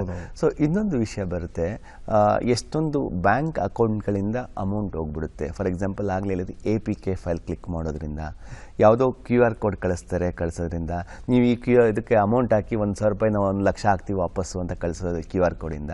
ಸೊ ಇದರಿಂದ ಸುಮಾರು ಬ್ಯಾಂಕ್ ಅಕೌಂಟ್ ಖಾಲಿ ಆಗಿಬಿಡುತ್ತೆ. ಸೊ ಎಷ್ಟೊಂದು ಲಕ್ಷಾಂತರ ರೂಪಾಯಿ ಇರುತ್ತೆ, ನೋಡಿದ್ರೆ ಜೀರೋ ಆಗಿಬಿಟ್ಟಿರುತ್ತೆ. ಫೋನ್ ಮಾಡಿ ಕೇಳ್ತಾರೆ, ಬ್ಯಾಂಕಿಂದ ಕರೆ ಮಾಡ್ತಾ ಇದ್ದೀವಿ, ನಿಮ್ಮ KYC ಅಪ್ಡೇಟ್, ಪಾಸ್ವರ್ಡ್ ಹೇಳಿ, ಡೇಟ್ ಆಫ್ ಬರ್ತ್ ಹೇಳಿ ಅಂತ. ಇದರಿಂದ ಹೆಂಗೆ ಬಚಾವಾಗೋದು ಸರ್? ಸರ್ ಇನ್ನೊಂದು ಏನಂದರೆ, ಈಗ ನಮಗೆ APK ಫೈಲ್ ಅಂತಂದರೆ ಅಲ್ಲಿ ಈಗ union bank, Canara bank, SBI bank ಈ ಥರ ಆ ಲೋಗೋಗಳನ್ನು ಯೂಸ್ ಮಾಡ್ಕೊತಾರೆ. ಆ ಲೋಗೋಗಳ ಯೂಸ್ ಮಾಡಿ ಎಲ್ಲಿ ಈ ವಾಟ್ಸಪ್ಪಲ್ಲಿ ಗ್ರೂಪಲ್ಲಿ ಕಳಿಸ್ತಾರೆ, ಗ್ರೂಪ್ ಇರ್ತಾವೆ, ಗ್ರೂಪಲ್ಲಿ ಕಳಿಸ್ತಾರೆ. ಅವರು ನಿಮ್ಮ KYC ಅಪ್ಡೇಟ್ ಮಾಡಬೇಕಾಗಿದೆ, ಇದನ್ನು ಈ ಫೈಲನ್ನು ಕ್ಲಿಕ್ ಮಾಡಿ ಅಂತ ಹೇಳ್ತಾರೆ. ಇನ್ನೊಂದು ಹೇಳ್ತೇನೆ ಸರ್, ಯಾವಾಗ ಇಮಿಡಿಯೇಟಾಗಿ APK ಫೈಲ್ ಕ್ಲಿಕ್ ಮಾಡಿದ್ರು ಅಂತಂದರೆ ಇಮಿಡಿಯೇಟಾಗಿ ವಾಟ್ಸಪ್ ಹ್ಯಾಕ್ ಆಗುತ್ತೆ. ಇವರಿಗೆ ಯಾವುದೇ ರೀತಿ OTP ಬರದೆ ಏನು ಬರದೆ ದುಡ್ಡು ಕಟ್ ಆಗುತ್ತೆ. ಇವು ದುಡ್ಡು ಹೋಗಿದ್ದೇ ಗೊತ್ತಾಗೋದಿಲ್ಲ. ಬರೀ ಜಸ್ಟ್ APK ಫೈಲನ್ನು ಕ್ಲಿಕ್ ಮಾಡಿದರೆ, ನೀವು ಯಾವುದು OTP ಕೊಡೋದು ಬೇಡ, ಏನು ಮಾಡೋದು ಬೇಡ, ಬರೀ ಜಸ್ಟ್ ಆ ಫೈಲನ್ನು ಕ್ಲಿಕ್ ಮಾಡಿದ್ರೆ ಇಮಿಡಿಯೇಟಾಗಿ ನಿಮ್ಮ ವಾಟ್ಸಪ್ ಹ್ಯಾಕ್ ಆಗುತ್ತೆ. ನೀವು ಯಾರಿಗಾದ್ರು ಮೆಸೇಜ್ ಕಳ್ಸೋಕೆ ಹೋಗೋದೇ ಇಲ್ಲ, ಅದು ಅವನ್ನೆಲ್ಲ ಆಪರೇಟ್ ಅವ್ನು ಮಾಡ್ತಾನೆ. ನಿಮ್ಮ ಇಂಟರ್ನೆಟ್ ಕೂಡ ಅವನೇ ಆಪರೇಟ್ ಮಾಡ್ತಾನೆ, ಕಂಪ್ಲೀಟ್ ನಮ್ಮ ಮೊಬೈಲ್ ರಿಮೋಟ್ ಆಕ್ಸೆಸ್ ಆಗೋಗುತ್ತೆ, ಅವನು ಆಪರೇಟ್ ಮಾಡ್ದಂಗೆ ಅದು. ಹಾಗೆ ನಿಮ್ಮ ಅಕೌಂಟಲ್ಲಿ ಇರ್ತಕ್ಕಂಥ ಎಲ್ಲ ದುಡ್ಡನ್ನು ಅವನು ಡ್ರಾ ಮಾಡ್ಕೊತಾನೆ, ಇಮಿಡಿಯೇಟಾಗಿ ಅಲ್ಲಿ ಇದಕ್ಕೆ ಟ್ರಾನ್ಸ್ಫರ್ ಮಾಡ್ಕೊಂಡ್ಬಿಡ್ತಾನೆ. ಹಾಗಾಗಿ ನಾವು ಆ ಥರ ಆದ ಕೂಡಲೇ ಏನು ಮಾಡಬೇಕು, ಈ ಥರ APK ಫೈಲ್ ಕ್ಲಿಕ್ ಮಾಡಿದ ನಂತರ ಏನು ಮಾಡಬೇಕು, ಇಮಿಡಿಯೇಟ್ ಆವಾಗಲೇ ಹೇಳಿದೆ ನಾನು, *#667# ನಂಬರ್ ಡೈಲ್ ಮಾಡಬೇಕು. ಅದಾದ ನಂತರ #002 ನಂಬರನ್ನು ಡೈಲ್ ಮಾಡಿ ಇಂಟರ್ನೆಟನ್ನು ಇಮಿಡಿಯೇಟಾಗಿ ಆಫ್ ಮಾಡಿಬಿಡ್ಬೇಕು. ನಾವು ನಮ್ಮ ಇಂಟರ್ನೆಟ್ ಆಫ್ ಮಾಡಿಬಿಡ್ಬೇಕು, 24 hours ಇಂಟರ್ನೆಟ್ ಆಫ್ ಮಾಡಿಬಿಡ್ಬೇಕು. ಅದನ್ನು ಅವನು ಯೂಸ್ ಮಾಡ್ಕೊತಿರ್ತಾನೆ. ಅದೇ ರೀತಿ ಈಗ ನಾವು ಆ ಥರ ಫೈಲ್ಗಳು ಬಂದು ಅಂತಂದರೆ, ಈ ಗ್ರೂಪಲ್ಲಿ ಬರ್ತಾ ಇದ್ದಾವೆ ಅಂತಂದರೆ ನಾವು ಅವರಿಗೆ ಇಂಟಿಮೇಷನ್ ಮಾಡಬೇಕು, ಯಾರಿಗೆ ಈ ಥರನಿಂದ ಹ್ಯಾಕ್ ಆಗಿದೆ ಇಮಿಡಿಯೇಟಾಗಿ ಅದನ್ನು ಡಿಲೀಟ್ ಮಾಡೋಂತ ಅವ್ನಿಗೆ ತಿಳಿಸ್ಬೇಕು. ಅಂದರೆ ಅವರೇ ಅವೇರ್ನೆಸ್ ಮೂಡಿಸ್ಬೇಕು, ಗ್ರೂಪಲ್ಲಿ ಇರ್ತಕ್ಕಂಥವ್ರೆ ಅಡ್ಮಿನ್ಗಳು. ಹಾಗಾಗಿ ಈ ಥರ ಏನಾದರೂ ಫೈನಾನ್ಷಿಯಲ್ ಫ್ರಾಡ್, ಈಗ ಡಿಜಿಟಲ್ ಅರೆಸ್ಟ್ ಇರ್ಬೋದು, ಆಮೇಲೆ APK ಫೈಲ್ ಇರ್ಬೋದು, ಲಿಂಕ್ಗಳು ಕಳಿಸಿದ್ದು, ಅನ್ನೋ ನಂಬರ್ಲೇ ವಿಡಿಯೋ ಕರೆಗಳು ಮಾಡೋದು, ಈ ಥರ ಸುಮಾರಷ್ಟು ಕ್ರೈಮ್ಗಳು, ಸೈಬರ್ ಕ್ರೈಮ್ಗಳು ಇದಾವೆ. ಹಾಗಾಗಿ ಆ ಥರ ಏನಾದರೂ ಎನಿ ಫೈನಾನ್ಷಿಯಲ್ ಫ್ರಾಡ್ ಕಾಲ್ ಇಮಿಡಿಯೇಟ್ 1930 ಈ ಸೈಬರ್ ಹೆಲ್ಪ್ಲೈನ್ ನಂಬರ್ಗೆ ಇಮಿಡಿಯೇಟ್ ಆಗಿ ಅವ್ರು ಕಾಲ್ ಮಾಡಬೇಕು. ಯಾಕಂದ್ರೆ ಅದ್ರಲ್ಲಿ ಗೋಲ್ಡನ್ ಅವರ್ಸ್ ಅಂತ ಇರ್ತದೆ 2 hours. ಇಮಿಡಿಯೇಟ್ ಆಗಿ ಅವರ ದುಡ್ಡು ರೀಫಂಡ್ ಆಗೋ ಚಾನ್ಸಸ್ ಇರ್ತದೆ. ಇಮಿಡಿಯೇಟ್ ಆಗಿ ಅದಕ್ಕೆ ಮಾಡಬೇಕು 1930 ನಂಬರ್ಗೆ ಕಾಲ್ ಮಾಡಬೇಕು. ಈಗೇನು ಪೊಲೀಸ್ ಸ್ಟೇಷನ್ ಬಂದು ಇಮಿಡಿಯೇಟ್ ಕಂಪ್ಲೇಂಟ್ ಕೊಡ್ಬೇಕಂತ ಏನಿಲ್ಲ. ಮನೇಲೆ ಕುಂತು 1930 ಕರೆ ಮಾಡಬೇಕು. ಅವ್ರು ಕೇಳ್ತಾರೆ, ಬ್ಯಾಂಕ್ ಸ್ಟೇಟ್ಮೆಂಟ್ ಎಲ್ಲ ಕೇಳ್ತಾರೆ, ಅವನ್ನೆಲ್ಲ ಇಮಿಡಿಯೇಟ್ ಹಾಕಬೇಕು ವಾಟ್ಸಪ್ಪಲ್ಲಿ ಅವರಿಗೆ. ಅವ್ರು ಇಮಿಡಿಯೇಟ್ ಆಗಿ ಆನ್ಲೈನಲ್ಲಿ ಒಂದು ಎನ್ಕ್ಲೋಸ್ಮೆಂಟ್ ನಂಬರನ್ನು ಕೊಡ್ತಾರೆ ಅವ್ರಿಗೆ. ಈ ರೀತಿ ಸ್ವಲ್ಪ ಮ್ಯಾಕ್ಸಿಮಮ್ ಕಂಟ್ರೋಲ್ ಮಾಡ್ಬೋದು. ಸೊ 1930 ಸಡನ್ ಆಗಿ ಕಾಲ್ ಮಾಡಬೇಕು. ಆ ಗೋಲ್ಡನ್ ಹಾರ್ಟ್ ಅಟ್ಯಾಕ್ ಆದ ಗೋಲ್ಡನ್ ಅವರ್ ಅಂತೀವೋ ಹಂಗೆ ಅಮೌಂಟ್ ಹೋದಾಗ ಗೋಲ್ಡನ್ ಅವರ್ ಅಲ್ಲಿ ಕಾಲ್ ಮಾಡಬೇಕು 2 ಗಂಟೆ ಒಳಗಡೆ. ಸೊ ತಾವು ಹೆಲ್ಪ್ ಮಾಡುವಂತ ಪ್ರಯತ್ನ ಮಾಡ್ತೀರಾ. ಈಗ ನಾವು ಎಷ್ಟೊಂದು ಜನ ಸೆಲೆಬ್ರಿಟಿಗಳಾಗ್ಬೋದು, ನೀವಾಗಲೇ ಸ್ಮಾರ್ಟ್ ಪೀಪಲ್ ಅಂತ ಹೇಳ್ತೀವಿ, ಅವರೆಲ್ಲರೂ ಕೂಡ ನನ್ನ ಸೋಷಿಯಲ್ ಮೀಡಿಯಾ ಅಕೌಂಟ್ ಹ್ಯಾಕ್ ಆಗಿದೆ, ದಯವಿಟ್ಟು ಯಾರು ದುಡ್ಡು ಕೇಳಿದ್ರೆ ಕಳಿಸ್ಬೇಡಿ ಅಂತ ಅವರೇ ಮೆಸೇಜ್ ಹಾಕೋದು ಬಂದಿದೆ. ಸೊ ಇವೆಲ್ಲವನ್ನು ತಪ್ಪಿಸ್ಬೇಕಂತ ಹೇಳಿದ್ರೆ ನಾವು ಡಬಲ್ 2 ಸ್ಟೆಪ್ ವೆರಿಫಿಕೇಶನ್ ಮಾಡಬೇಕು. ಸೊ ಆದಷ್ಟು ಸೇಫ್ ಆಗಿರಬೇಕು. ಮತ್ತೆ ಇನ್ನೊಂದು ಹೊಸದಾಗಿ ಸಂಚಾರಿ ಸಾಥ್ ಆ್ಯಪ್ ಬಂದಿದೆ. ಅದರಲ್ಲೂ ಕೂಡ ಏನೋ ನಮ್ಮ ಹೆಸರಿನಲ್ಲಿ ಬೇರೆ ಯಾರಾದರೂ ನಂಬರ್ ಉಪಯೋಗಿಸ್ತಾ ಇದ್ರೆ ಅದನ್ನ ಚೆಕ್ ಮಾಡ್ಕೋಬಹುದು. ಅದ್ರ ಬಗ್ಗೆ ಏನು ಹೇಳಿ? ಹೌದು ಸರ್, ಸಂಚಾರಿ ಸಾಥಿ ಆ್ಯಪಲ್ಲಿ ಈಗ ನಾವು ನಮ್ಮ ಹೆಸರು ಎಷ್ಟು ಸಿಮ್ ಹೇಳಿದವಲ್ಲ ಅವನ್ನ ನಾವು ಡಿಜೇಬಲ್ ಮಾಡ್ಬೋದು ಅದರೊಳಗೆ. ಅದರಲ್ಲಿ ನೀವು ಸಂಚಾರಿ ಸಾಥಿ ಆ್ಯಪನ್ನು ಇದು ಮಾಡಿಕೊಂಡು ಅದರೊಳಗೆ ನೀವು ಚೆಕ್ ಮಾಡಿದ್ರೆ ಫಸ್ಟು ನೀವು ಇದು ಪಾಸ್ವರ್ಡ್ ಕೇಳ್ತದೆ. ಪಾಸ್ವರ್ಡ್ ಹಾಕಿದ ನಂತರ ನೀವು ಇಮಿಡಿಯೇಟಾಗಿ ಅದರೊಳಗೆ ಇಷ್ಟು ನಿಮ್ಮ ಹೆಸರಲ್ಲಿ ಇಷ್ಟು ನಂಬರ್ ಅದಂತ ಬರ್ತದೆ. ಅವಾಗ ನಿಮ್ಮದು ಯಾವ್ದು ನಂಬರ್ ಆ್ಯಕ್ಟಿವ್ ಇದೆಯಲ್ಲ ಅದು ಒಂದು ಬಿಟ್ಟು ಉಳಿದೆಲ್ಲ ನಂಬರನ್ನು ಇನ್ಆ್ಯಕ್ಟಿವ್ ಮಾಡಿ ಡಿಲೀಟ್ ಮಾಡಿಬಿಟ್ಟು ಹೋಗ್ತದೆ, ಸಂಚಾರ ಸಾಥಿಯಲ್ಲಿ ಹೋಗ್ಬಿಡ್ತದೆ. ಅದು ನಮ್ಮ ಕನ್ಫರ್ಮೇಷನ್ಗೆ ಇಮಿಡಿಯೇಟ್ ಸಂಚಾರ ಸಾಥಿ ಆ್ಯಪನ್ನೇ ನೋಡಬೇಕು, ಅದರಲ್ಲೇ ಗೊತ್ತಾಗ್ತದೆ. ಟಾಪ್ ಅಂತಲ್ಲಿ ಚೆಕ್ ಮಾಡಿದಾಗ ಬರ್ತದೆ ಅದು. ಅವಾಗ ಅದನ್ನು ಚೆಕ್ ಮಾಡಿದ ನಂತರ ನಮ್ಮ ಹೆಸರಲ್ಲಿ ಬೇರೆ ಬೇರೆ ಸಿಮ್ಗಳು ಇದಾವೆ ಅಂತಂದ್ರೆ ಅದನ್ನು ಇಮಿಡಿಯೇಟ್ ಆಗಿ ನಾವು ಡಿಸೇಬಲ್ ಮಾಡಬೇಕು. ಸೊ ಅದ್ರ ಮೂಲಕ ಕೂಡ ನಾವು ಫ್ರಾಡ್ ಇಂದ ಪಾರಾಗಬಹುದು. ಸೊ ಹಾಗೆ ಇನ್ನೊಂದು ಕಡೆ ನಾನು ಕೇಳ್ತಾ ಇದ್ದೆ, ಅಂದ್ರೆ ಈ ಫೈನಾನ್ಷಿಯಲ್ ಫ್ರಾಡ್ ಇಂದ ಪಾರಾಗ್ಲಿಕ್ಕೆ ನಾವೆಲ್ಲ ಎಲ್ಲ ಕಡೆ ಸ್ಕ್ಯಾನ್ ಮಾಡ್ತಾ ಇರ್ತೀವಿ ಪೇಮೆಂಟ್ ಮಾಡ್ಲಿಕ್ಕೆ ಸಣ್ಣ ಸಣ್ಣ ಅಮೌಂಟ್. ನಿಮ್ಮ ಥರ ಯಾರು ಪೊಲೀಸ್ ಅಧಿಕಾರಿ ಒಂದು ಜಾಗೃತಿ ಕಾರ್ಯಕ್ರಮ ಹೇಳ್ತಾ ಇದ್ರು, ನಾವು 2 ಬ್ಯಾಂಕ್ ಅಕೌಂಟ್ ಇಟ್ಕೋಬೇಕು. ಒಂದು ಲಾರ್ಜ್ ಟ್ರಾನ್ಸಾಕ್ಷನ್ಗೆ ಒಂದು ಅಕೌಂಟ್ ಇಟ್ಕೊಂಡು ಸಣ್ಣ ಪುಟ್ಟ ಅಮೌಂಟ್ UPI ಟ್ರಾನ್ಸಾಕ್ಷನ್ಗೆ ಒಂದು ಚಿಕ್ಕ ಬೇರೆ ಅಕೌಂಟ್ ಇಟ್ಕೊಂಡ್ರೆ ನಾವು ಅದರಿಂದ ದೊಡ್ಡ ಅಮೌಂಟ್ ಕಳ್ಕೊಳ್ಳೋದ್ರಿಂದ ಪಾರಾಗಬಹುದು ಅಂತ ಹೇಳಿದ್ರೆ ಇದೊಂದು ಉಪಾಯ ಅಂತ ಹೇಳ್ಬೋದಲ್ವಾ ಸರ್? ಇದಕ್ಕಿಂತ ಸರ್ ನಿಮಗೆ ಇನ್ನೊಂದೇನಂತಂದ್ರೆ ಒಂದು ಮೊಬೈಲ್ ಕೀಪ್ಯಾಡ್ ಸೆಟ್ ಇದೆಯಲ್ಲ ಅದಕ್ಕೆ ನಾವು ಬ್ಯಾಂಕಿಗೆ ಲಿಂಕ್ ಆದ ನಂಬರ್ನ ಒಂದು ಕೀಪ್ಯಾಡ್ ಸೆಟ್ ಇಟ್ಕೊಂಡು ಬೆಸ್ಟ್ ಸೊಲ್ಯೂಷನ್ ಇದೇನೆ ಸರ್. ಯಾಕಂತಂದ್ರೆ ಇದನ್ನ ನಾವು ಮಕ್ಕಳಿಗೆ ಕೇಳಿ ಕೊಟ್ಟಿರ್ತೇವೆ, ಏನೋ ಲಿಂಕ್ ಒತ್ತಿ ಏನೇನೋ ಮಾಡ್ತಾರೆ ಮಕ್ಕಳು, ಗೇಮು ಅವ್ರಿಗೆ ಗೇಮ್ ಹುಚ್ಚು ಭಾಳ ಮಕ್ಕಳಿಗೆ, ಅವು ಏನೋ ಗೇಮ್ ಡೌನ್ಲೋಡ್ ಮಾಡೋದು. ಪ್ಲೇಸ್ಟೋರ್ ನಾವು ಒಂದು ಕೂಡ ಆ್ಯಡ್ ಮಾಡ್ಬೋದು ಆ್ಯಪನ್ನು, ಯಾರು ಬೇಕಾದ್ರೂ ಮಾಡ್ಬೋದು. ಹಾಗಿದ್ರೆ ಅದರಲ್ಲಿ ಯಾರು ಕೂಡ ಡೌನ್ಲೋಡ್ ಮಾಡ್ಕೊತಾರೆ. ಹಾಗಾಗಿ ಒಂದು ಕೀಪ್ಯಾಡ್ ಸೆಟ್ ಅಲ್ಲಿ ನಮಗೆ ಗೌರ್ಮೆಂಟ್ ಏನು ಬ್ಯಾಂಕಿಗೆ ಏನು ಲಿಂಕ್ ಕೊಟ್ಟಿರ್ತಾವಲ್ಲ ಆ ನಂಬರನ್ನು ಅದಕ್ಕೆ ಕೀಪ್ಯಾಡ್ ಸೆಟ್ಗೆ ಹಾಕೊಂಡು ನಾವು ಅದನ್ನು ಯೂಸ್ ಮಾಡ್ಕೋಬೇಕು. ಅದು ಮತ್ತೆ ಇದಕ್ಕೆ ಆಂಡ್ರಾಯ್ಡ್ ಯೂಸ್ ಮಾಡ್ಕೊಳ್ಳೋಕೆ ಹೋಗಬಾರ್ದು, ಅದು ಕೀಪ್ಯಾಡಲ್ಲೇ ಇರಬೇಕು. ಹಂಗಿದ್ರೆ ನನ್ನ ಪ್ರಕಾರ ಮ್ಯಾಕ್ಸಿಮಮ್ ಕಂಟ್ರೋಲ್ ಮಾಡ್ಲಿಕ್ಕೆ ಆಗ್ತದೆ. ಇದರಲ್ಲೂ ಕೂಡ ಮಕ್ಕಳು ಗೊತ್ತಾಗಲ್ಲ, ಗೇಮ್ ಹೊಸ ಗೇಮ್ ಬಂದಿ ಅಂತ ಹೇಳ್ಬಿಟ್ಟು ಡೌನ್ಲೋಡ್ ಮಾಡಿದಾಗ ಈ ರೀತಿ ಹಾಕೋ ಚಾನ್ಸ್ ಇರುತ್ತೆ. ಒಳ್ಳೆ ಮಾಹಿತಿಯನ್ನು ಕೊಟ್ರಿ. ಇನ್ನೊಂದು ಪ್ರಮುಖವಾಗಿ ಈಗ ಬರ್ತಾ ಇದ್ದು, ಪೊಲೀಸರು ಯಾವ್ದಾರ ಅಪರಾಧ ಮಾಡಿದ್ರೆ ಕೈಕೊಳ್ಳಕ್ಕೆ ತೊಡಸ್ತಾರೆ, ಅರೆಸ್ಟ್ ಮಾಡ್ತಾರೆ, ವಾರೆಂಟ್ ಕೊಡ್ತಾರೆ, ನೋಟಿಸ್ ಕೊಡ್ತಾರೆ. ಈಗೊಂದು ಹೊಸದಾಗಿ ಬಂದ್ಬಿಟ್ಟಿದೆ ಟ್ರೆಂಡ್, ಡಿಜಿಟಲ್ ಅರೆಸ್ಟ್ ಅಂತ ಹೇಳ್ಬಿಟ್ಟು. ಸೊ ಅದ್ರ ಬಗ್ಗೆ ಸರ್ಕಾರ ಕೂಡ ಜಾಗೃತಿ ಮೂಡಿಸ್ತಾ ಇದೆ. ಡಿಜಿಟಲ್ ಅರೆಸ್ಟ್ ಅಂದರೆ ಏನು, ಇದು ನಿಜವಾಗ್ಲೂ ಇದೆಯಾ, ಇದರಿಂದ ಹೇಗೆ ನಾವು ಹುಷಾರಾಗಿರಬೇಕು? ಸರ್, ಡಿಜಿಟಲ್ ಅರೆಸ್ಟ್ ಅಂತಂದರೆ ಈಗ ಇವತ್ತಿನ ದಿನಮಾನದಲ್ಲಿ ಮ್ಯಾಕ್ಸಿಮಮ್ ಈಗ ಟ್ರೆಂಡಿಂಗ್ ಅಂತ ಇರ್ತದೆ, ಒಂದು ಸಾಂಗ್ ಟ್ರೆಂಡ್ ಆಗ್ಬಿಡ್ತದಲ್ಲ, ಹಂಗೆ ಸೈಬರಲ್ಲಿ ಟ್ರೆಂಡಿಂಗ್ ಇರೋದೇ ಈಗ ಡಿಜಿಟಲ್ ಅರೆಸ್ಟ್. ನೀವು ಹೇಳೋ ಹಾಗೆ ಸೈಬರಲ್ಲಿ ಟ್ರೆಂಡಿಂಗ್ ಇರೋದು ಡಿಜಿಟಲ್ ಅರೆಸ್ಟ್. ಡಿಜಿಟಲ್ ಅರೆಸ್ಟ್ ಅಂತಂದರೆ ಒಬ್ಬರು ಪೊಲೀಸ್ ವೇಷವನ್ನು ಧರಿಸಿ ಹಿಂದ್ಗಡೆ ಬೋರ್ಡ್ ಹಾಕೊಂಡಿರ್ತಾರೆ, ಈ ಥರ ಕುತ್ಕೊಂಡಿರ್ತಾರೆ, ಹಿಂದೆ ಬೋರ್ಡ್ ಇರ್ತದೆ CBI ಡೆಲ್ಲಿ. ಯಾವಾಗಲೂ ಸರ ಡಿಜಿಟಲ್ ಅರೆಸ್ಟ್ ನಮ್ಮಲ್ಲಿ ಯಾವುದೇ ಕಾರಣಕ್ಕೂ Delhi police, Mumbai police, Rajasthan police ಹಿಂಗೆ ಈ ಥರ CBI ಅಂತಂದು ಹಿಂದೆ ಬೋರ್ಡ್ ಹಾಕೊಂಡು ವಿಡಿಯೋ ಕರೆ ಮಾಡ್ತಾರೆ. ಅವ್ರು ಡೈರೆಕ್ಟ್ ನಾರ್ಮಲ್ ಕಾಲ್ ಅಂತೂ ಮಾಡೋದೇ ಇಲ್ಲ ಅವರು. ಡಿಜಿಟಲ್ ಅರೆಸ್ಟ್ ಅಂದರೆ ಬಂತು ನೋಡಿ, ವಿಡಿಯೋ ಕರೆ ಬಂತು, ಇನ್ಫಾರ್ಮ್ ಹಾಕಿದ್ದಾರೆ ಅಂತಂದ್ರೆ ಅವನು ಒಂದು ಪೊಲೀಸ್ ಆಗಿರ್ಬೋದು ಅಥವಾ ಲಾಯರ್ ಆಗಿರ್ಬೋದು ಅಥವಾ ಜಡ್ಜ್ ಈ ತರ ಸುಮಾರು ಫ್ರಾಡ್ ಇದಾವೆ. ಡಿಜಿಟಲ್ ಅರೆಸ್ಟ್ ಬರೀ ಪೊಲೀಸ್ ವೇಷ ಅಷ್ಟೇ ಅಲ್ಲ, ಲಾಯರ್ ವೇಷದಲ್ಲಿ ಮಾಡಬಹುದು ಅಥವಾ ಜಡ್ಜ್ ವೇಷದಲ್ಲಿ ಕೂಡ ಮಾಡಬಹುದು. ನಾವು ಅದೇ ಡೂಪ್ಲಿಕೇಟ್ ಕೋರ್ಟ್ ಅನ್ನ ಕ್ರಿಯೇಟ್ ಮಾಡೋದು, ಈ ತರ ಮಾಡೋದು, ವಿಡಿಯೋ ಕರೆ ಬಗ್ಗೆ ಟ್ರಯಲ್ ಮಾಡ್ತಿದ್ದೇವೆ, ಈಗ ನಿಮ್ದೇ ನಡೀತಿದೆ ಅಂತ ಭಯಪಡಿಸೋದು ಡಿಜಿಟಲ್. ಹಾಗಾಗಿ ಇದರಿಂದ ಸಿಂಪಲ್ ಆಗಿ ತಿಳ್ಕೊಬೇಕಾಗಿದ್ದಿಷ್ಟೇ, ಅನ್ನೋ ನಂಬರ್ಲಿ ವಿಡಿಯೋ ಕರೆ ಬಂತಂದ್ರೆ, ಹೊಸ ನಂಬರ್ಲಿ ವಿಡಿಯೋ ಕರೆ ಬಂತಂದ್ರೆ ರಿಸೀವ್ ಮಾಡಿದಾಗ ಆ ಕಡೆ ಒಬ್ಬನು ಪೊಲೀಸ್ ಇದ್ದಾನೆ, ಯಾವುದೇ ಪೊಲೀಸು ಫಸ್ಟ್ ಫೋನ್ ಮಾಡಿದ್ರೆ ಸ್ಟೇಷನ್ ಬರ್ರಿ, ನಿಮ್ಮ ಪೇರೆಂಟ್ಸ್ ಕರ್ಕೊಂಡು ಅಂತ ಹೇಳ್ತಾರೆ. ಹೌದು, ಇದು ಕಾಮನ್ ಆಗಿ ರೂಢಿ ಇರ್ತಾರೆ. ನೀವೇನಿದೆ ನಿಮ್ಮ ದಾಖಲೆ ತೊಗೊಂಬರ್ರಿ ಅಥವಾ ನಿಮ್ದು ಈ ಥರ ಆಗಿದೆ ಬನ್ನಿ ಅಂತ ಕರೀತಾರೆ. ಇವ್ರೇನೆಲ್ಲ ಡೈರೆಕ್ಟ್ ಮ್ಯಾಟ್ರೇ ಬರ್ತಾರೆ. ಏನಂತಂದರೆ ಒಮ್ಮಕ್ಕಳು ವಿಡಿಯೋ ಕರೆ ರಿಸೀವ್ ಮಾಡಿದ ನಂತರ, ಇಲ್ಲ ನಿಮ್ಮ ಹೆಸರಲ್ಲೇ ಒಂದು ಡ್ರಗ್ಸ್ ಪಾರ್ಸಲ್ ಬಂದಿದೆ, ಅದರ ಮೇಲೆ ಆಧಾರ್ ಕಾರ್ಡ್, ನಿಮ್ಮ ಆಧಾರ್ ಕಾರ್ಡ್ ಇದೆ, ನಿಮ್ಮ ಫೋನ್ ನಂಬರ್ ಇದೆ, ಎಲ್ಲ ನಿಮ್ಮ ಅಡ್ರೆಸ್ ಇದೆ, ಇದು ಡ್ರಗ್ಸ್ ಕೇಸ್ ಅನ್ನೋದಕ್ಕೆ ಸ್ವಲ್ಪ ಗಾಬರಿ ಆಗ್ಬಿಡ್ತಾರೆ. ಡ್ರಗ್ಸು ಗಾಂಜಾ ಕೇಸ್ ಅನ್ನೋದಕ್ಕೆ ಗಾಬರಿ ಆಗ್ಬಿಡ್ತಾರೆ. ಹಾಗಾಗಿ ಒಂದ್ಸಲ ಅವ್ರಿಗೆ ಭಯ ಒಂದು ಸಡನ್ ಭಯ ಹುಟ್ಟುಬಿಡುತ್ತೆ. ಇವ್ರು ಏನು ಮಾಡ್ತಾರೆ, ಇಮಿಡಿಯೇಟ್ ಅವ್ರು ಭಯಪಡಿಸಿ, ನಿಮಗೆ ನಾವು ಬಂಧನ ಮಾಡ್ತಿದ್ದೇವೆ, ಒಂದು ರೂಮಲ್ಲಿ ಒಳಗೆ ಹೋಗಿ ನೀವು ಯಾರ ಜೊತೆ ಮಾತಾಡೋಂಗಿಲ್ಲ, ಮಾತಾಡಿದ್ರೆ ನಿಮ್ಮ ಮೇಲೆ ಆಕ್ಷನ್ ಆಗುತ್ತೆ. ಒಂದು ರೂಮಲ್ಲಿ ಕೂಡಾಕ್ತಾರೆ ಇವ್ರನ್ನ, ಒಂದು ರೂಮಲ್ಲಿ ಕೂಡಾಕಿ ಇವ್ರ ಜೊತೆ ಸಂಪರ್ಕ ಮಾಡ್ತಾ ಇರ್ತಾರೆ. ಇವ್ರೊಟ್ಟೆ ಯಾರು ಮಾತಾಡ್ಸ್ಬಾರ್ದು, ಆ ಥರ ಲೈವಲ್ಲೇ ಇರ್ತಾರೆ ಇವರು, ಕಟ್ಟೆ ಮಾಡೋದಿಲ್ಲ ಕಾಲು. ಆ ಥರ ಮಾತಾಡ್ತಾ ಇವ್ರ ಕೊಟ್ಟಾಗೆ ಫಸ್ಟ್ ಏನು ಮಾಡ್ತಾರೆ, ಅವರು ಅವಾಗಲೇ ಹೇಳಿದಾಗೆ ಸೈಬರ್ ನಡೀತಿರೋದೇ ಒಂದು ದುಡ್ಡಿಗೆ ಇನ್ನೊಂದು ಹರಾಸ್ಮೆಂಟ್ ಅಂತ ಹೇಳಿ. ಹಾಗಾಗಿ ಇವ್ರು ಫಸ್ಟ್ ಕೇಳ್ತಕ್ಕಂಥ ದುಡ್ಡು ಬರ್ತಾರೆ. ಆಯಿತು, ಇಲ್ಲ ಇದನ್ನು ಕೇಸ್ ಸಾಲ್ವ್ ಮಾಡ್ಬೇಕಂತಂದ್ರೆ ಒಂದು ನಮ್ಮ ಮೇಲಿನ ಅಧಿಕಾರಿಗಳಿದ್ದಾರೆ, ಇಷ್ಟು ಅಮೌಂಟನ್ನು ಹಾಕ್ರಿ ಅಂತಂದು ಹೇಳ್ತಾರೆ. ಒಂದು 20,000 15,000 ಹಾಕಿ ಹೇಳ್ತಾರೆ. ಇವ್ರು ಭಯಪಟ್ಟು ಇಮಿಡಿಯೇಟ್ ಹಾಕಿಬಿಡ್ತಾರೆ. ಹಾಕಿದ ನಂತರ ಅವರು ಇಮಿಡಿಯೇಟಾಗಿ ಇವ್ರ ಪಾರ್ಟಿ ಚೆನ್ನಾಗಿದ್ದಾನೆ, ಇವನು ಏನು ಪ್ರಶ್ನೆನೇ ಮಾಡಲಿಲ್ಲ, ಏನು ಮಾಡ್ಲಂಗೆ ಪಟ್ಟಣ 20,000 ಹಾಕಿದ ಅಂತಂದ್ರೆ ಈ ಪಾರ್ಟಿ ಚೆನ್ನಾಗಿದ್ದಾನೆ, ಹಾಗಾದ್ರೆ ಇನ್ನೂ ಸ್ವಲ್ಪ ದೋಚೋಣ, ಈ ತರ ಮಾಡ್ತಾ ವಾಪಸ್ ಮತ್ತೆ ಇನ್ನೊಂದು 20,000 ಹಿಂಗೆ ಈ ತರ ಕೇಳ್ತಾ ನಮ್ಮ ಹಾವೇರಿಯಲ್ಲೇ ಒಬ್ಬರು ಡಾಕ್ಟರ್ದು 3 ಕೋಟಿ ಚಿಲ್ಲರೆ ಅಮೌಂಟ್ ಹೋಗಿದೆ. ಇದೇ ಡಿಜಿಟಲ್ ಕೊಡ್ತಾ ಹೋಗಿದ್ದಾರೆ ಅವರು, ಈ ತರ ಕೊಡ್ತಾ ಹೋಗಿದ್ದಾರೆ. ಲಾಸ್ಟ್ಗೆ ಅವ್ರ ಮಕ್ಕಳು ಏನ್ ಮಾಡ್ಬಿಟ್ರು, ಮೊಬೈಲ್ ಯಾಕೋ ಟೆನ್ಷನ್ ಆಗಿದ್ದಾನೆ ಅಪ್ಪಾಜಿ ಅಂತಂದು, ವಯಸ್ಸಾದವನು ಇವರು ಮತ್ತೆ ಮಾಡ್ತಿರೋದು ಈಗ ವಯಸ್ಸಾದವ್ರಿಗೆ ಇಮಿಡಿಯೇಟ್ ಆಗಿ ಮೊಬೈಲ್ ಚೆಕ್ ಮಾಡ್ತಾರೆ, ಈ ತರ ದುಡ್ಡು ಹಾಕಿದೆಲ್ಲ ಮಾಹಿತಿ ಬಂತು. ಹಾಗಾಗಿ ಇದರಿಂದ ಸಿಂಪಲ್ ತಿಳ್ಕೊಬೇಕಾಗಿದ್ದಿಷ್ಟೇ, ಅನ್ನೋನ್ ನಂಬರ್ಲೇ ಬರ್ತಕ್ಕಂಥ ಯಾವುದೇ ವಿಡಿಯೋ ಕರೆಗಳು, ಯಾವುದೇ ಇರಲಿ ವಿಡಿಯೋ ಕರೆ, ನಮಗೆ ಈ ಕಾಂಟ್ಯಾಕ್ಟ್ ಇದ್ದವ್ರು ಅಂತ ಮಾಡೇ ಮಾಡ್ತಾರೆ. ನಂಬರ್ ಸೇವ್ ಇರ್ತದೆ, ಅವ್ರು ಮಾಡ್ತಾರೆ, ಅವ್ರ ಜೊತೆ ಮಾತಾಡ್ತೇವೆ ನಾವು ಕಾಮನ್ ಆಗಿ. ಈಗ ದಿನನಿತ್ಯ ನಮ್ಮ ಮನೆ ಫ್ಯಾಮಿಲಿಯವ್ರ ಜೊತೆ ನಾವು ವಿಡಿಯೋ ಕರೆ ಮಾತಾಡ್ತಾ ಇರ್ತೀವಿ, ಅದು ಕಾಮನ್ ಆಗಿ ಇರ್ತದೆ. ಫ್ರೆಂಡ್ಸ್ ಜೊತೆ ಮಾತಾಡ್ತಿರ್ತೀವಿ, ಅದು ಬೇರೆ. ಹೊಸ ನಂಬರ್ಲಿ ಯಾವುದಾದ್ರು ವಿಡಿಯೋ ಕರೆ ಬಂತಂದ್ರೆ ಅದು ಫ್ರಾಡ್ ಮಾಡ್ತಿದ್ದಾರೆ ಅಂತ ಅನ್ಕೋಬೇಕು. ಅವ್ರು ಹೊಸ ನಂಬರ್ಲಿ ವಿಡಿಯೋ ಕರೆ ಬಂದು ದುಡ್ಡು ಕೇಳ್ತಾರೆ ಅಂದ್ರೆ ನಮ್ಮ ತಲೆ ಫಿಕ್ಸ್ ಆಗ್ಬಿಡಬೇಕು, ಇವನು ಫ್ರಾಡರ್ ಅಂತ ಅನ್ಕೋಬೇಕು. ಯಾವುದೇ ಕಾರಣಕ್ಕೂ ಆ ಕಾಲನ್ನು ರಿಸೀವ್ ಮಾಡಿ ಅನ್ನೋನ್ ನಂಬರ್ ರಿಸೀವ್ ಮಾಡ್ಲಿಕ್ಕೆ ಹೋಗಬಾರ್ದು. ಅದರಲ್ಲಿ ಸೆಟ್ಟಿಂಗ್ಸ್ ಇದೆ ವಾಟ್ಸಪ್ಪಲ್ಲಿ, ಅನ್ನೋನ್ ನಂಬರ್ ಕಾಲ್ಸ್ ಅಂತ ಒಂದು ಕಾಲ್ಸ್ ಅಂತ ಇದೆ, ಅದನ್ನ ಬರ್ಲಂಗೆ ಮಾಡಬಹುದು. ಅನ್ನೋನ್ ನಂಬರ್ ಕಾಲ್ಗಳು ನಮಗೆ ಬರಬಾರ್ದು. ಸೈಲೆನ್ಸ್ ಅನ್ನೋನ್ ಕಾಲರ್ಸ್ ಅಂತ ಮಾಡ್ಬಿಟ್ರೆ ನಮಗೆ ಯಾವುದು ಅನ್ನೋನ್ ನಂಬರ್ ಕಾಲೇ ಬರೋದಿಲ್ಲ, ಅನ್ನೋನ್ ಸೇವ್ ಇದ್ದ ನಂಬರ್ ಅಷ್ಟೇ ಬರ್ತದೆ. ಈಗ ಅಪರಿಚಿತದಿಂದ ನಾವು ರಕ್ಷಣೆ ಪಡ್ಕೋಬಹುದು. ಅದಕ್ಕೆ ಇದಕ್ಕಾದ್ರೂ ಅಷ್ಟೇ ಡಿಜಿಟಲ್ ಬಂಧನಕ್ಕೆ ಒಳಗಾದ್ರಂತಂದ್ರೆ, ಈ ಡಿಜಿಟಲ್ ಪ್ರಕರಣಕ್ಕೆ ಒಳಗಾದ್ರಂತಂದ್ರೆ ಅದಕ್ಕೂ ಕೂಡ ಇಮಿಡಿಯೇಟ್ ಆಗಿ 193 ಸೈಬರ್ ಹೆಲ್ಪ್ಲೈನ್ ನಂಬರ್ಗೆ ಕಾಲ್ ಮಾಡಬೇಕು. ಸೊ ಯಾವುದೇ ಡಿಜಿಟಲ್ ಅರೆಸ್ಟ್ ಅನ್ನೋದು ನಮ್ಮ ಭಾರತದ ಕಾನೂನಲ್ಲಿ ಇಲ್ಲ, ಏನೇ ಇದ್ರೂ ಠಾಣೆಗೆ ನೇರವಾಗಿರುತ್ತೆ. ಸೊ ಹಾಗಾಗಿ ಯಾರು ಭಯ ಪಡಬೇಕಾಗಿಲ್ಲ ನಿಮ್ಮ ಸಂದೇಶ. ಮತ್ತೆ ಇನ್ನೊಂದು ಸರ್, ಇದೇ ಆನ್ಲೈನ್ ಸೈಬರ್ ಪ್ರಕರಣದಲ್ಲಿ ಫೇಸ್ಬುಕ್ನಲ್ಲಿ ಅಥವಾ ಇನ್ಸ್ಟಾಗ್ರಾಮಲ್ಲಿ ಕಾಲ್ ಮಾಡ್ತಾರೆ, ಯಾವುದೋ ಹೆಣ್ಮಗು ಕಾಲ್ ಮಾಡ್ತಾರೆ, ರೆಕಾರ್ಡ್ ಮಾಡ್ಕೋತಾರೆ, ಕೆಲಸ ಅಶ್ಲೀಲವಾಗಿ ಮಾತನಾಡಿದ್ರೆ ಅದ ನಂತರ 5 ನಿಮಿಷಕ್ಕೆ ವಾಪಸ್ ಮೆಸೇಜ್ ಬರುತ್ತೆ, ನೋಡು ನನ್ನ ಜೊತೆ ಕಾಲಲ್ಲಿ ಮಾತಾಡಿದೀಯಾ, ಸೊ ನಿನ್ನ ದುಡ್ಡು ಹಾಕಿಲ್ಲ ಅಂತ ಹೇಳಿದ್ರೆ ನಿನಗೆ ನಿಮ್ಮ ಫ್ರೆಂಡ್ಸ್ಗೆಲ್ಲ ಕಳಿಸ್ತೀನಿ, ಸ್ನೇಹಿತರಿಗೆಲ್ಲ ಕಳಿಸ್ತೀನಿ ಅಂತ. ಈ ರೀತಿ ತೊಂದರೆಗಳಾದವ್ರಿಗೆ ಪೊಲೀಸ್ ಸ್ಟೇಷನ್ ಬಂದರೆ ಯಾವ ರೀತಿ ಸಹಾಯ ಸಿಗುತ್ತೆ? ಸರ್, ಈಗ ನೀವು ಹೇಳಿದ್ರಲ್ಲ, ಇದನ್ನ ಅವಾಗಲೇ ನಾನು ಹೇಳಿದೆ ಸರ್. ಏನಂದ್ರೆ ಹೊಸ ನಂಬರ್ಲೇ ಇನ್ಸ್ಟಾಗ್ರಾಮಲ್ಲಿ ಬರ್ತವೆ, ಫೇಸ್ಬುಕ್ಕಲ್ಲಿ ಬರ್ತವೆ, ಮೆಸೆಂಜರ್ ಕಾಲ್ ವಿಡಿಯೋ ಕರೆ ಮಾಡ್ತಾರೆ. ಮಾಡಿ ಇಮಿಡಿಯೇಟ್ ಆಗಿ ಈಗ ನಾವು ಹೊಸ ನಂಬರ್ಲೇ ರಿಸೀವ್ ಮಾಡಿದ ಕೂಡಲೇ ಅವರು ಬೇರೆ ನೆಕೆಟ್ ಆಗಿರ್ತಾರೆ, ಅಲ್ಲಿ ಸ್ವಲ್ಪ ಅದನ್ನ ನಾವು ಮಾಡಿ ಅವ್ರು ನೋಡಿದ ಕೂಡಲೇ ಅದನ್ನ ಸ್ಕ್ರೀನ್ ವಿಡಿಯೋ ಮಾಡ್ಕೊಂತಾರೆ. ಸ್ಕ್ರೀನ್ ವಿಡಿಯೋ ಮಾಡ್ಕೊಂಡು, ಆಯ್ತು ನಾನು ಈ ತರ ನೆಕೆಟ್ ಆಗಿ ನೋಡಿದ್ಯಾ, ನಾನು ನಿನ್ನ ಫ್ರೆಂಡ್ಸ್ಗೆ ಎಲ್ಲರಿಗೂ ಕಳಿಸ್ತೇನೆ, ಈ ತರ ಬ್ಲ್ಯಾಕ್ ಮೇಲ್ ಮಾಡಿ ದುಡ್ಡು ವಸೂಲಿ ಮಾಡೋದು, ಈ ತರ ಮಾಡ್ತಾರೆ.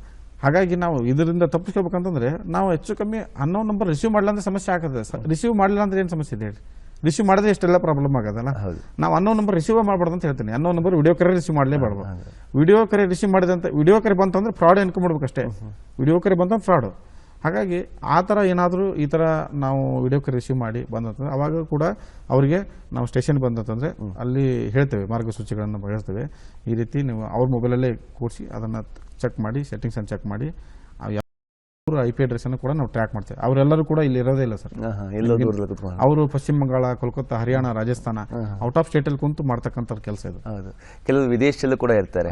ಮೊನ್ನೆ ಒಂದು ಪತ್ರಿಕೆಯಲ್ಲಿ ಸುದ್ದಿ ಬಂದಿತ್ತು, ನಮ್ಮ ದೇಶದಲ್ಲಿ ಕುತ್ಕೊಂಡು ಅಮೆರಿಕಾಗೆ ವಂಚನೆ ಮಾಡಿದ್ದಾರೆ ಅಂತ ಹೇಳ್ಬಿಟ್ಟು, ಹಾಗೆ ಬೇರೆ ಮಿಡ್ಲ್ ಈಸ್ಟ್ ಕಂಟ್ರಿಯಲ್ಲಿ ಕುತ್ಕೊಂಡು ನಮ್ಮ ದೇಶಕ್ಕೆ ವಂಚನೆ ಮಾಡಿದ್ದಾರೆ ಅಂತ, ಹೀಗೆ ಬೇರೆ ಬೇರೆ ಅಂತರ ರಾಜ್ಯದಲ್ಲಿ ಕೆಲಸ ಮಾಡ್ತಾರೆ. ಇದು ಅಂದ್ರೆ ಏನಾಗಿದೆ ಅಂದ್ರೆ ದುಬೈಯಲ್ಲಿ ಇರ್ತಾರೆ, ಬೇರೆ ಎಲ್ಲ ಒಂದ್ ಕಡೆ ಇರ್ತಾರೆ. ಕಿಂಗ್ ಪಿನ್ ಇರೋನೇ ಬೇರೆ ಕಡೆ ಇರ್ತಾನೆ. ಇವರೆಲ್ಲ ಆಪರೇಟರ್ಗಳೆಲ್ಲ, ಇವ್ರು ನಡರಕ್ಕೆ ಮಿಡ್ಲ್ ಕಾಲ್ ಸೆಂಟರ್ ರೀತಿಯಲ್ಲಿ ತಗೊಂಡು ಕೆಲಸ ಮಾಡಿಸೋದು. ಹೌದು, ಈ ತರ ಇರ್ತದೆ. ಅವರೆಲ್ಲ ಚೈನ್ ಸಿಸ್ಟಮ್ ಇರ್ತದೆ. ನಾವು ರಾಜಸ್ಥಾನಕ್ಕೆ ಹೋದಾಗ ಅಲ್ಲಿ ಇತ್ತು ಒಂದು ಘಟನೆ. ಏನಂತಂದ್ರೆ, ಒಂದು ಅಮೌಂಟ್ ಟ್ರಾನ್ಸಾಕ್ಷನ್ ಆಗಿರ್ತದೆ, ಒಂದು 25,000 ಒಂದು ಅಕೌಂಟ್ಗೆ ಹೋಗಿರ್ತದೆ. ನಾವೇನು ಮಾಡ್ತೇವೆ, ಅಕೌಂಟ್ಗೆ ಹೋದ ನಂತರ ಇಮಿಡಿಯೇಟ್ ಬ್ಯಾಂಕಿಗೆ ಲೆಟರ್ ಹೊಡಿತೀವಿ. ಬ್ಯಾಂಕಿಗೆ ಲೆಟರ್ ಹೊಡೆದ್ರೆ ಈ ಅಕೌಂಟನ್ನು ಫ್ರೀಸ್ ಮಾಡ್ತೇವೆ. ಫ್ರೀಸ್ ಮಾಡಿದ ನಂತರ ಅದರ ಅಕೌಂಟ್ KYC ಡೀಟೇಲ್ ತೊಗೊಂಡು ಅಡ್ರೆಸ್ ಎಲ್ಲ, ಆ ಅಡ್ರೆಸ್ ವೆರಿಫೈಗೆ ಹೋಗ್ತೇವೆ ನಾವು. ಎಲ್ಲಿಗೆ, ರಾಜಸ್ಥಾನ ಅಥವಾ ಜೋಧ್ಪುರ ಎಲ್ಲ ಒಂದು ಕಡೆ ಹೋಗಿರ್ತೀವಿ. ಅಲ್ಲಿ ಹೋದಾಗ ಆ ಅಡ್ರೆಸ್ ವೆರಿಫಿಕೇಶನ್ ಹೋದರೆ ಆ ಅಡ್ರೆಸ್ ನಾವು ಸ್ಲಮ್ಮಲ್ಲಿ ಒಂದು ಕೂಲಿ ಕೆಲಸ ಮಾಡ್ಕೊಂಡಿರ್ತಾನೆ ನಾವು. ಅವನು ಫ್ರಾಡರೇ ಅಲ್ಲ. ಅವನು ನಾವು ದುಡ್ಡು ಹೋಗಿದ ಅಕೌಂಟ್ ಹೋಗಿ ಚೆಕ್ ಮಾಡಿದಾಗ ಅವ್ನು ಫ್ರಾಡರೇ ಅಲ್ಲ. ಮತ್ತೆಲ್ಲೂ ದುಡ್ಡು ಅಂತ ಹೋಗಿ ಅವ್ನು ಹಿಡಿದಾಗ ಸಿಂಪಲ್ ಇಷ್ಟೇ ಇದೆ ಸರ್. ಅವ್ರು ಏನು ಮಾಡ್ತಾರೆ ಅಂತಂದರೆ, ಈ ಸ್ಲಮ್ಮಲ್ಲಿ ಇರ್ತಕ್ಕಂಥ ಜನಗಳನ್ನು ಅವರಿಗೆ ಸ್ವಲ್ಪ 10,000 20,000 ದುಡ್ಡು ಕೊಟ್ಟು ಅವ್ರ ಅಕೌಂಟನ್ನು ತೊಗೊಂಡ್ಬಿಡ್ತಾರೆ. ಒಂದು ಕಿಟ್ ಬರ್ತದೆ ಅದು. ಅಂದ್ರೆ ಕಿಟ್ ಅಂದ್ರೇನು, ಅಕೌಂಟ್ ಪಾಸ್ಬುಕ್ ನಂಬರ್, ಇದು ಏನು ATM ಕಾರ್ಡು, ಈ ಒಂದು ಸಟ್ಟೆ ಬಂದ್ಬಿಡ್ತದೆ. ಅದನ್ನ ಅವರು ಹೆಸರಲ್ಲಿ ತಗೊಂಡು ಇವ್ರು ಕೊಟ್ಬಿಡ್ತಾರೆ ಫ್ರಾಡರಿಗೆ. ಈ ತರ ತಗೊಂಡು ಮಿಡ್ಲ್ ವರ್ಷ ಎಲ್ಲ ಏಜೆಂಟ್ ಇದ್ದಂಗೆ ಒಂಥರ ಅವ್ನು ತಗೊಂಡು ಹೋಗೋನೊಬ್ಬರು ಬೇರೆ ಕೊಟ್ಟು ಮುಟ್ಸೋನು. ಹಿಂಗೆ ಅವನು ಈ ತರ ನಾವು ಹೋಗಿ ಹಿಡಿದಾಗ ಅಲ್ಲಿ ಅವರು ಮುಗ್ಧ ಜನರನ್ನ ಏನ್ ಮಾಡ್ತಾರೆ, ಈ ಅಕೌಂಟ್ಗೆ ಯೂಸ್ ತಗೊಂತಾರೆ. ಅವ್ರ ಅಕೌಂಟ್ಗಳನ್ನು ಮೆಸೇಜ್ ಬರ್ತಾರಲ್ಲ, ಏನು ಗೊತ್ತಿರಲ್ಲ, ಏನು ಗೊತ್ತಿಲ್ಲ ಅವ್ರಿಗೆ, ಬಟ್ ಅವ್ರ ಹೆಸರು ಮಾತ್ರ ಅಕೌಂಟ್ ಅಷ್ಟೇ ಇರ್ತದೆ. ಎಲ್ಲ ಅಪ್ಡೇಟ್ ಮಾಡೋದು ಇವರು, ಎಲ್ಲ ಮೊಬೈಲ್ ನಂಬರ್ ಇವರೇ ಕನೆಕ್ಟ್ ಮಾಡ್ಕೊಂಡಿರ್ತಾರೆ. ಮತ್ತೆ ಒಂದು ಮೊಬೈಲ್ ಯೂಸ್ ಮಾಡೋದಿಲ್ಲ ಅವರು. ಪ್ರತಿನಿತ್ಯ ಈಗ ಹೆಂಗೆ ಯೂಸ್ ಮಾಡ್ತಾರೆ ಅಂದ್ರೆ ಮೊಬೈಲು, ನಾವು ಲೊಕೇಶನ್ ಮುಖಾಂತರ ಹಿಡ್ಲಿಕ್ಕೆ ಆಗೋದಿಲ್ಲ ಅವ್ರಿಗೆ. ಲೊಕೇಶನ್ ಮುಖಾಂತರ ಹಿಡ್ಲಿಕ್ಕೆ ಆಗೋದಿಲ್ಲ, ಯಾಕಂದ್ರೆ ವೈಫೈ ಕನೆಕ್ಟ್ ಮಾಡ್ಕೊಂತಾರೆ. ಈಗ ನಾನು ಹಾವೇರಿಲಿದ್ದೇನೆ, ಈಗ ಇಲ್ಲಿ ಬಂದಿದ್ದೇನೆ, ಓಕೆ ಸರ್, ನನ್ನ ಮೊಬೈಲ್ ಅಲ್ಲೇ ಇಟ್ಟು ಬಂದರೂ ಕೂಡ ನಾನು ಇಲ್ಲಿ ವಾಟ್ಸಪ್ಪನ್ನು ಯೂಸ್ ಮಾಡ್ಬೋದು, ಕಾಮನ್ ಮಾಡ್ಬೋದು. ಯಾಕಂತಂದ್ರೆ ಅಲ್ಲಿ ನಾವು ಮೊಬೈಲ್ ಅಲ್ಲಿ ಇರ್ತದೆ, ಅದ್ರ ಒಂದು OTP ಹಾಕೊಂಡು ನಾವು ವಾಟ್ಸಪ್ ಇಲ್ಲಿ ಯೂಸ್ ಮಾಡ್ಕೋಬಹುದು. ಹೌದು, ಲೊಕೇಶನ್ ತೋರಿಸಿದ್ರೆ ಹಾವೇರಿ ಇದೆ, ಆನಂದ್ ಹಾವೇರಿ ಇದ್ದಾರೆ ಅಂತಾರೆ, ಆದ್ರೆ ಆನಂದ್ ಪ್ರೆಸೆಂಟ್ ಬೆಂಗಳೂರು ಇರ್ತಾರೆ. ಸೊ ಈ ತರ ಫ್ರಾಡ್ ಮಾಡ್ತಾರೆ. ಸೊ ಈ ರೀತಿ ಎಲ್ಲ ಪ್ರಾಬ್ಲಮ್ ಇರುತ್ತೆ, ನಾವು ಮುಂಚೆನೇ ಎಚ್ಚರಿಕೆ ಆಗೋದು ಒಳ್ಳೇದು ಅಂತ. ಅದ್ರ ಬಗ್ಗೆ ಒಂದು ಹಾಡು ಕೂಡ ಮಾಡಿದ್ದೀರಾ ಸರ್, ಅದೊಂಚೂರು ಹೇಳ್ಬೋದಾ, ಸೈಬರ್ ಜಾಗೃತಿ ಹಾಡನ್ನ? ಸೈಬರ್ ಕ್ರೈಮ್ ಬಗ್ಗೆ ನಮ್ಮ ಅಂಶುಕುಮಾರ್ ಸಾಹೇಬ್ರು ಇದ್ರು, SP ಸಾಹೇಬ್ರಲ್ಲಿ ಹಾವೇರಿಲಿ, ಅವರು ಆ ಸಾಂಗ್ ಅನ್ನ ಬಿಡುಗಡೆ ಮಾಡಿದ್ರು. ಜನಗಳು ಸ್ವಲ್ಪ ಪುಸ್ತಕ ಓದೋದು ಕಡಿಮೆ ಆಗಿದೆ, ನಿಮ್ಗೆ ಗೊತ್ತಿರೋ ನಾವು ಏನಪ್ಪಾ ಅಂತಂದ್ರೆ ಈ ಪಾಂಪ್ಲೆಂಟ್ಸ್ ಬರೆದು ಅವನ್ನ ಹಂಚಿ ಇದರಲ್ಲಿ ಜಾಗೃತಿ ಈ ತರ ಮಾಡ್ರಿ ಆ ತರ ಮಾಡ್ರಿ ಅಂತ ಹೇಳಲಿಕ್ಕೆ ಅವ್ರು ಯಾರು ಓದೋದಿಲ್ಲ. ನಾವು ಪೇಪರ್ಲಿ ಕೊಟ್ರೆ ಯಾರು ಓದೋದಿಲ್ಲ. ಹಾಗಾಗಿ ನಾವು ಅದನ್ನೇ ಒಂದು ಹಾಡು ಮುಖಾಂತರ ಬರೆದು ಹೇಳಿದ್ರೆ ಸ್ವಲ್ಪ ಮನದಟ್ಟು ಆಗ್ತದೆ ಅನ್ನೋ ಉದ್ದೇಶಕ್ಕೆ ಒಂದು ಹಾಡನ್ನು ಬರೆದೆ, ಸೈಬರ್ ಜಾಗೃತಿ ಕುರಿತು ಒಂದು ಹುಷಾರಾಗಿರಿ, ಒಂದು ಆಲ್ಬಮ್ ಸಾಂಗ್ ಹುಷಾರಾಗಿರಿ ಅಂತ. ಹುಷಾರಾಗಿರ್ರಿ ಸ್ವಾಮಿ, ಅಲರ್ಟ್ ಆಗಿರ್ರಿ, ದುಡ್ಡಿಗಾಗಿರಿ, ಮಾನ ಕಳಿಯಕ್ಕಾಗಿರಿ, ಸೈಬರ್ ಸ್ಕ್ಯಾಮ್ಗಳು ಇಂದು ಹೆಚ್ಚಾಗ್ಬಿಟ್ಟಾವ್ರಿ, ಶಾಣೆ ಆಗ್ಬೇಕ್ರಿ, ಶಾಣೆ ಕಾಡ ಕುಂತಾರ್ರಿ, ಸೈಬರ್ ಚೋರರು ಮಿತಿ ಮೀರೆ ಬಿಟ್ಟಾರಿ ರೀ ರೀ ರೀ. ಹುಷಾರಾಗಿರ್ರಿ ಸ್ವಾಮಿ, ಅಲರ್ಟ್ ಆಗಿರ್ರಿ, ದುಡ್ಡಿಗಾಗಿರಿ, ಮಾನ ಕಳಿಯಕ್ಕಾಗಿರಿ, ವಾಟ್ಸಾಪು ಫೇಸ್ಬುಕ್ಕು ಇನ್ಸ್ಟಾದಲ್ಲಿ ರೀ. ಇದರಲ್ಲಿ ವಾಟ್ಸಾಪಲ್ಲಿ ಮತ್ತು ಫೇಸ್ಬುಕ್ಕು ಇನ್ಸ್ಟಾದಲ್ಲಿ ನಾ ಅವಾಗಲೇ ಹೇಳಿದೆ ಸರ್, ಏನು 2 ಸ್ಟೆಪ್ ವೆರಿಫಿಕೇಶನ್ ಸೆಟ್ಟಿಂಗ್ ಮಾಡಿಸ್ಬೇಕಂತಂದ್ರೆ ಇದರಲ್ಲಿ ಜಾಹೀರಾತುಗಳು ಬರ್ತಾವೆ. ವಾಟ್ಸಾಪು ಫೇಸ್ಬುಕ್ಕು ಇನ್ಸ್ಟಾದಲ್ಲಿ ರೀ, ಪ್ರೈವೇಟ್ ಸೆಟ್ಟಿಂಗ್ಸ್ ಇಟ್ಟು ಸೇಫ್ ಆಗಿರ್ತೀರಿ, ಹೊಸ ಹೊಸ ಜಾಹೀರಾತು ಬರ್ತಾ ಇರ್ತಾವ್ರಿ, ಸೋಷಿಯಲ್ ಮೀಡಿಯಾಕ್ಕೆ ಮಾರು ಹೋದ್ರೆ ಪಂಗನ ಮಾರಿ. ಸೋಷಿಯಲ್ ಮೀಡಿಯಾಕ್ಕೆ ಮಾರು ಹೋದ್ರೆ ಪಂಗನ ಮಾರಿ. ಹುಷಾರಾಗಿರ್ರಿ, ಎಲ್ಲ ಹುಷಾರಾಗಿ. ಬಹಳ ಚೆನ್ನಾಗಿದೆ. ಹಾಗೆ ತಾವು ಜಾಗೃತಿ ಕಾರ್ಯಕ್ರಮಗಳನ್ನು ಕೂಡ ಮಾಡಿದ್ದೀರಾ, ಸೈಬರ್ ಜಾಗೃತಿ ಎಲ್ಲೆಲ್ಲಿ ಮಾಡಿದ್ದೀರಾ, ಯಾವ ರೀತಿ ಕಾರ್ಯಕ್ರಮಗಳು ಮಾಡಿದ್ದೀರಾ? ಇವು ಶಾಲಾ ಕಾಲೇಜುಗಳು ಇರ್ಬೋದು, ಬಟ್ ಎಲ್ಲ ಜನಸಂದಣಿ ಇರ್ತದಲ್ಲ, ಜನ ಜಾಸ್ತಿ ಇದ್ದಲ್ಲಿ ಹೋಗ್ತಾವೆ, ನಾವು ಇಮಿಡಿಯೇಟ್ ಹೋಗ್ಬಿಡ್ತಾವೆ. ನಾವು ಅವ್ರಿಗೆ ಪರ್ಮಿಷನ್ ಕೇಳೋದಿಲ್ಲ, ನಾವು ನೀವು ನಿಮ್ಮ ಜಾಗೃತಿ ಮಾಡಕ್ಕೆ ಬಂದ ಅಂತ ಹೇಳ್ತೇವೆ ಅವ್ರಿಗೆ. ಯಾಕಂದ್ರೆ ಈ ಸೈಬರ್ ಕ್ರೈಮ್ ತಡಿಲಿಕ್ಕೆ ಇರ್ತಕ್ಕಂಥ ಒಳ್ಳೆ ಮಾರ್ಗ ಅಂದ್ರೆ ಮ್ಯಾಕ್ಸಿಮಮ್ ಅವೇರ್ನೆಸ್, ಜಾಗೃತಿ. ಅದಕ್ಕೆ ಹಿಂದೊಂದು ಹಿರಿಯರು ಹೇಳ್ತಾರೆ ಸರ್, ಒಂದು ಮಾತಿದೆ, ಏನಾದರೂ ಮಾಡೋಕ್ಕಿಂತ ಮುಂಚೆ 100 ಸಲ ವಿಚಾರ ಮಾಡು. ಆ ಗಾದಿ ಮಾತು ಇವತ್ತಿನೆಲ್ಲ ಏನು ದುಡ್ಡು ಕಳ್ಕೊಂತಾರಲ್ಲ ಅವ್ರಿಗೆಲ್ಲರಿಗೂ ಅನ್ವಯ ಆಗುತ್ತೆ ಸರ್. ಥಿಂಕ್ ಬಿಫೋರ್ ಆ್ಯಕ್ಟ್ ಅಂತ. ಏನಾದರೂ ಮಾಡೋಕ್ಕಿಂತ ಮುಂಚೆ ವಿಚಾರ ಮಾಡಬೇಕು. ನಾವು ಯಾರಿಗೂ ಅನ್ನೋನ್ ಪರ್ಸೆಂಟ್ ದುಡ್ಡು ಹಾಕ್ತಿದ್ದೇವೆ ಅಂತಂದರೆ ಅದನ್ನು ವಿಚಾರ ಮಾಡಿ ಹಾಕ್ಬೇಕು. ಅವ್ರು ಸುಮಾರು ಲಕ್ಷಾನುಗಟ್ಟಲೆ ದುಡ್ಡು ಹಾಕ್ತಾರೆ. ಹಾಗಾಗಿ ಇಲ್ಲಿ ಇವತ್ತಿನ ಸೋಷಿಯಲ್ ಮೀಡಿಯಾದಲ್ಲಿ ಸುಮಾರಷ್ಟು ಬರ್ತಾವೆ ಸರ್, ಲೋನ್ ಆ್ಯಪ್ಗಳು, ಸುಮಾರಷ್ಟು ಜಾಹೀರಾತುಗಳು. ಈಗ ಹೇರ್ ಆಯಿಲ್ಗಳು, ನನಗೆ ತಲೆಯಲ್ಲಿ ಕೂದಲಿಲ್ಲ, ನಿಮಗೆ ಉದ್ದನ ಕೂದಲೇಬೇಕೆ, ತಗೊಳ್ಳಿ ಇದನ್ನು ಕ್ಲಿಕ್ ಮಾಡಿ, ತಗೊಳ್ಳಿ ಇದನ್ನು ಖರೀದಿ ಮಾಡಿ. ಹಾಗೆ ನಾವು ಕ್ವಾಲಿಟಿಗಳನ್ನು, ಈಗ ದೇವರು ಕೈ ಕಾಲು ಕೊಟ್ಟು ಶಕ್ತಿ ಗಟ್ಟಿದೆ ನಮ್ಮ ಮೈಯಲ್ಲಿ, ಆದರೂ ಕೂಡ ನಾವೇನು ಮಾಡ್ತೇವೆ, ಆನ್ಲೈನ್ ಶಾಪಿಂಗ್ ಮಾರೋಗ್ತೀವಿ. ಒಂದು ಬಟ್ಟೆ ತೊಗೋಬೇಕಂದ್ರೂ ಕೂಡ ಆನ್ಲೈನಲ್ಲಿ ತೊಗೊತೀವಿ. ಆದರೆ ಆನ್ಲೈನಲ್ಲಿ ತೊಗೊತಕ್ಕಂಥ ಕ್ವಾಲಿಟಿಗಳು ನಂಬರ್ 1 ಇರ್ತಾವಂತ ನಾವು ಭಾವಿಸೋಕ್ಕಾಗೋದಿಲ್ಲ. ಆನ್ಲೈನಲ್ಲಿ ತೊಗೊಳ್ತಕ್ಕಂಥವು ನಾವು ಬಟ್ಟೆ ಅಂಗಡಿಗೆ ಹೋಗಿ ನಮಗೆ ಬೇಕಾದಂಥ ಚಾಯ್ಸ್ ಮಾಡಿ ಬಟ್ಟೆನ ತೊಗೋಬೋದು, ಪ್ಯಾಂಟನ್ನು ತೊಗೋಬೋದು, ಶೂವನ್ನು ತೊಗೋಬೋದು, ಮೊಬೈಲ್ ತೊಗೋಬೋದು. ಈಗ ಒಬ್ಬನು ಮೊಬೈಲ್ ಬುಕ್ ಮಾಡಿದ್ದ ಆನ್ಲೈನಲ್ಲಿ, ಮೊಬೈಲ್ ಬುಕ್ ಮಾಡಿದ್ರೆ ಅವನಿಗೆ ಒಂದು ಪಾರ್ಸಲ್ ಹೊಳ್ಳಿ ಬಂತು, ತೊಗೊಂಡು ಸೀದಾ ಸ್ಟೇಷನ್ಗೆ ಬಂದ, ಅವನು ಓಪನ್ ಮಾಡಿಕೊಂಡು. ಅವನು ಮೊಬೈಲ್ ಬುಕ್ ಮಾಡಿದ್ದು, ಅವನಿಗೆ ಶೂ ಬಂದಿದೆ. ಆ ಶೂ ತೊಗೊಂಡೆ ಸ್ಟೇಷನ್ಗೆ ಬಂದವನು, ಸರ್ ಹಿಂಗೆ ಫ್ರಾಡ್ ಆಗಿದೆ ಅಂತಂದು. ಪಾಪ ಅವ್ನು 2 ಕಾಲು ಶೂ ಕೊಟ್ಟಿದ್ರೆ ಹಾಕೊಂಡು ಓಡಾಡ್ತಿದ್ದ, ಒಂದೇ ಕಾಲು ಶೂನೇ 2 ಕೊಟ್ಟರು ಅವ್ರು. ಹಾಗಾಗಿ ನಾವು ಏನು ಸೋಷಿಯಲ್ ಮೀಡಿಯಾಕ್ಕೆ ಜಾಸ್ತಿ ಹೋಗ್ತಾ ಇರೋದ್ರಿಂದ ಅಥವಾ ಆನ್ಲೈನ್ ಪ್ರಪಂಚಕ್ಕೆ ಜಾಸ್ತಿ ಹೋಗ್ತಾ ಇರೋದ್ರಿಂದ ಏನಪ್ಪ ಹುಷಾರಾಗಿ ನಾವು ಇದನ್ನು, ಈಗ ಕೆಲವೊಂದು ಆ್ಯಪ್ಗಳು ಇದು ಇದಾವೆ ರೀ, ಯಾವುದು ಫ್ಲಿಪ್ಕಾರ್ಟ್ ಇರ್ಬೋದು, ಅಮೆಜಾನ್ ಇರ್ಬೋದು, ಕೆಲವೊಂದಿಷ್ಟು ಜೆನ್ಯೂನ್ ಆಗಿ ಇದ್ದಾವೆ, ಇಲ್ಲ ಅಂತಲೂ ಹೇಳೋದಿಲ್ಲ. ಆದರೆ ಅದನ್ನು ಸ್ವಲ್ಪ ಕಡಿಮೆ ಮಾಡೋದು ಬೆಸ್ಟ್ ಅಂತ ನನ್ನ ಉದ್ದೇಶ. ಹೌದು ಸರ್, ಆನ್ಲೈನ್ ಸರ್. ಹಾಗೆ ಸೈಬರ್ ಜಾಗೃತಿಯಿಂದ ಮತ್ತೊಂದು, ನಾವು ಜೂನ್ 20ನೇ ತಾರೀಕು ವಿಶ್ವ ಮಾದಕ ವಸ್ತು ವಿರೋಧ ದಿನ ಅಂತ ಮಾಡ್ತೀವಿ. ಇವತ್ತು ಅನೇಕ ಯುವಜನರು ಮಾದಕ ವಸ್ತುಗಳ ವ್ಯಸನಿಗಳಾಗ್ತಾ ಅಂತ ಹೇಳಿ ಬಹಳಷ್ಟು ಕಳವಳ ವ್ಯಕ್ತ ಆಗ್ತಾ ಇದೆ. ಸೊ ಮಾದಕ ವಸ್ತುಗಳ ಬಗ್ಗೆ ಜಾಗೃತಿ ಮೂಡಿಸಲಿಕ್ಕೆ ತಮ್ಮ ಪ್ರಯತ್ನ ಯಾವ ರೀತಿಯಾಗಿದೆ? ಇವತ್ತು ಶಾಲಾ ಕಾಲೇಜುಗಳಲ್ಲಿ, ಆಮೇಲೆ ಈ ಎಲ್ಲೆಂದರಲ್ಲಿ ಡ್ರಗ್ಸ್ ಸಿಗ್ತಾ ಇದೆ. ಡ್ರಗ್ಸ್, ಗಾಂಜಾ ಅನ್ನೋದು ಮ್ಯಾಕ್ಸಿಮಮ್ ಇದೆ. ನಮ್ಮಲ್ಲಿ ಸುಮಾರಷ್ಟು ಕೇಸು ನಾವು ಹಿಡಿದಿದ್ದೇವೆ, ಸೈಬರಲ್ಲಿ ನಾವು ಮಾಡಿದ್ದೇವೆ. ನಾವೇ ಸುಮಾರಷ್ಟು ಕೇಸನ್ನು ಪತ್ತೆ ಮಾಡಿ ಅವ್ರನ್ನ ಆರೋಪಿಗಳನ್ನು ಬಂಧಿಸಿದ್ದೇವೆ. ಪೇರೆಂಟ್ಸು ಏನು ಮಾಡ್ತಾರಪ್ಪ ಅಂತಂದರೆ ಮಕ್ಕಳನ್ನ ಶಾಲೆಗೆ ಕಳಿಸ್ತಾರೆ, ಮುಂದೆ ಅವ್ರು ಏನು ಮಾಡ್ತಾರೋ, ಯಾರು ಸಹವಾಸ ಮಾಡ್ತಾರೋ, ಎಲ್ಲಿ ದುಶ್ಚಟಗಳು ಬಲಿಯಾಗ್ತಾರೋ ಅಂತ ಅವ್ರಿಗೆ ಗೊತ್ತಾಗೋದಿಲ್ಲ. ಹಾಗಾಗಿ ಇವತ್ತು ನಾವು ಯಾಕೆ ಈ ಮಾದಕ ವಸ್ತುಗಳನ್ನು ಕಂಟ್ರೋಲ್ ಮಾಡ್ಬೇಕಂತ ಅನ್ಸರ, ಮುಂದಿನ ಯುವ ಪೀಳಿಗೆ ನಶಿಸಬಾರ್ದು ಅನ್ನೋ ಉದ್ದೇಶಕ್ಕೆ ದುಶ್ಚಟಗಳು. ಈಗ ಚಟಗಳು, ನಾನು ಫಸ್ಟ್ ಒಂದು ವಿಚಾರ ಹೇಳ್ಬೇಕಂತಂದರೆ, ಅದು ಡ್ರಗ್ಸು, ಗಾಂಜಾ ಇವೇನಿದಾವಲ್ಲ ಸರ, ಅವನ್ನು ಕಂಟ್ರೋಲ್ ಮಾಡಲಿಕ್ಕಾಗಿಯೇ ನಮ್ಮ ಕರ್ನಾಟಕ ಸರ್ಕಾರ ಮತ್ತು ಪೊಲೀಸ್ ಇಲಾಖೆ ಹರಸಾಹಸ ಪಡ್ತಾ ಇದೆ. ಮ್ಯಾಕ್ಸಿಮಮ್ಮು ಸುಮಾರಷ್ಟು ಕಾರ್ಯಕ್ರಮಗಳನ್ನು, ಶಿಬಿರಗಳನ್ನು ಹಬ್ಬಿಸ್ತಾ ಮಾಡ್ತಾ ಅದನ್ನು ಜಾಗೃತಿ ಮೂಡಿಸ್ತಾ ಇದ್ದಾರೆ. ಆದರೂ ಕೂಡ ಇದು ಕಂಟ್ರೋಲ್ ಆಗ್ತಾ ಇಲ್ಲ. ಇದಕ್ಕೆ ಮತ್ತೆ ನಾನು ಕೂಡ ಒಂದು ಹಾಡನ್ನು ಬರೆದಿದ್ದೆ ಈ ಒಂದು ಮಾದಕ ವಸ್ತುಗಳ ಕುರಿತು. ಯೋಗರಾಜ್ ಭಟ್ ಅವರು ಈ ಸಾಂಗಿಗೆ ಒಂದು ಇದು ಕಳಿಸಿದ್ರು ನನಗೆ, ಆಸೆ ನುಡಿಯನ್ನು. ಹೌದಾ? ಯೋಗರಾಜ್ ಭಟ್ ಹೇಳಿ ಹಾಡು, ಯಾವ ಹಾಡು ಅಂತ. ಹೆಚ್ಚುತ್ತಲಿದೆ ಮಾದಕ ವಸ್ತುಗಳ ಹಾವಳಿ, ತಿಂದು ಸೇದಿ ಬೀಸಾಡಿದ್ರೆ ಜೀವನ ದಿವಾಳಿ, ಜೀವನವೇ ಆಗುತ್ತೆ ದಿವಾಳಿ. ಬೀಡಿ, ಸಿಗರೇಟ್, ತಂಬಾಕು, ಗುಟ್ಕಾ, ಗುಂಗಲ್ಲು, ದಾಸರಾಗಿ ಮನೋವ್ಯಾಧಿಲಿ ಆಗ್ತೀರಿ ಕ್ರಿಮಿನಲು. ತಿದ್ದಿ ಬುದ್ಧಿ ಹೇಳೋರ್ಗೆಲ್ಲ ಮಾಡ್ತೀರಿ ಕಿಂಡಲು, ಮಾದಕ ದ್ರವ್ಯ ಸೇವನೆ ಮಾಡಿ ಆಗ್ತೀರಿ ಕ್ರಿಮಿನಲು. ಹೆಚ್ಚುತ್ತಲಿದೆ ಮಾದಕ ವಸ್ತುಗಳ ಹಾವಳಿ, ತಿಂದು ಸೇದಿ ತೇಲಾಡಿದ್ರೆ ಜೀವನ ದಿವಾಳಿ, ಜೀವನವೇ ಆಗುತ್ತೆ ದಿವಾಳಿ. ನಿಜವಾದ ಅರ್ಥಪೂರ್ಣವಾಗಿದೆ. ಈಗ ಯುವಜನರು ನಮ್ಮ ಚಾನಲ್ ನೋಡ್ತಾ ಇದ್ದಾರೆ. ಸೊ ಈ ಮಾದಕ ವಸ್ತುಗಳಿಂದ ನಮ್ಮ ಆರೋಗ್ಯದ ಮೇಲೆ ಹೇಗೆ ಪರಿಣಾಮ ಬೀರುತ್ತೆ, ಅದೊಂದು ಚೂರು ವಿವರ ಕೊಡ್ಬೋದಾ? ಈ ಡ್ರಗ್ಸು, ಗಾಂಜಾ, ಕೆಫೀನು ಇವೆಲ್ಲ ಇದಾವಲ್ಲ ಸರ್, ಇದರಲ್ಲಿ ಆಗಿನ ಕ್ಷಣಿಕ ಸುಖವನ್ನು ಕೊಡ್ತವೆ. ಅವು ನಶೆ ಇರತಕ್ಕಂಥವು, ನಶೆ ಬದುಕು. ನಾವು ವ್ಯಸನರ ಮುಕ್ತರಾಗಬೇಕಂತಂದರೆ ಅವನ್ನ ದೂರ ಇಡಬೇಕು. ಈಗ ಡ್ರೈವಿಂಗಲ್ಲಿ ಹೋಗ್ತಾ ಸಿಗರೇಟ್ ಸೇರ್ತಾ ಹೋಗೋದು, ಅದನ್ನು ನೆಕ್ಸ್ಟು ಡ್ರಿಂಕ್ಸ್ ಮಾಡ್ತಾ ಹೋಗೋದು. ಆಮೇಲೆ ಈಗ ಡ್ರಗ್ಸ್ ಅಂತಂದರೆ ನೀವು ನೋಡಬೇಕು, ಮ್ಯಾಕ್ಸಿಮಮ್ ನಡೀತಕ್ಕಂಥದ್ದೇ ಈ ಮೆಡಿಕಲ್ ಕಾಲೇಜ್ಗಳಲ್ಲಿ ಇರ್ಬೋದು, ಬೇರೆ ಬೇರೆ ಕಾಲೇಜ್ಗಳು ಜಾಸ್ತಿ ಇಂಜಿನಿಯರ್ ಕಾಲೇಜ್ಗಳಲ್ಲಿ. ಹೀಗಾಗಿ ಅಲ್ಲಿ ಏನಪ್ಪ ಅಂತಂದರೆ ಇದಕ್ಕೆ ಕೂಡ ಜಾಸ್ತಿ ಬಲಿ ಆಗ್ತಕ್ಕಂಥವ್ರು ಕೂಡ ಭಾಳ ತಿಳಿದಂಥವ್ರೇ, ಭಾಳ ಎಜುಕೇಟೆಡ್ ಆದಂಥವ್ರೇ ಬಲಿ ಆಗ್ತದೆ.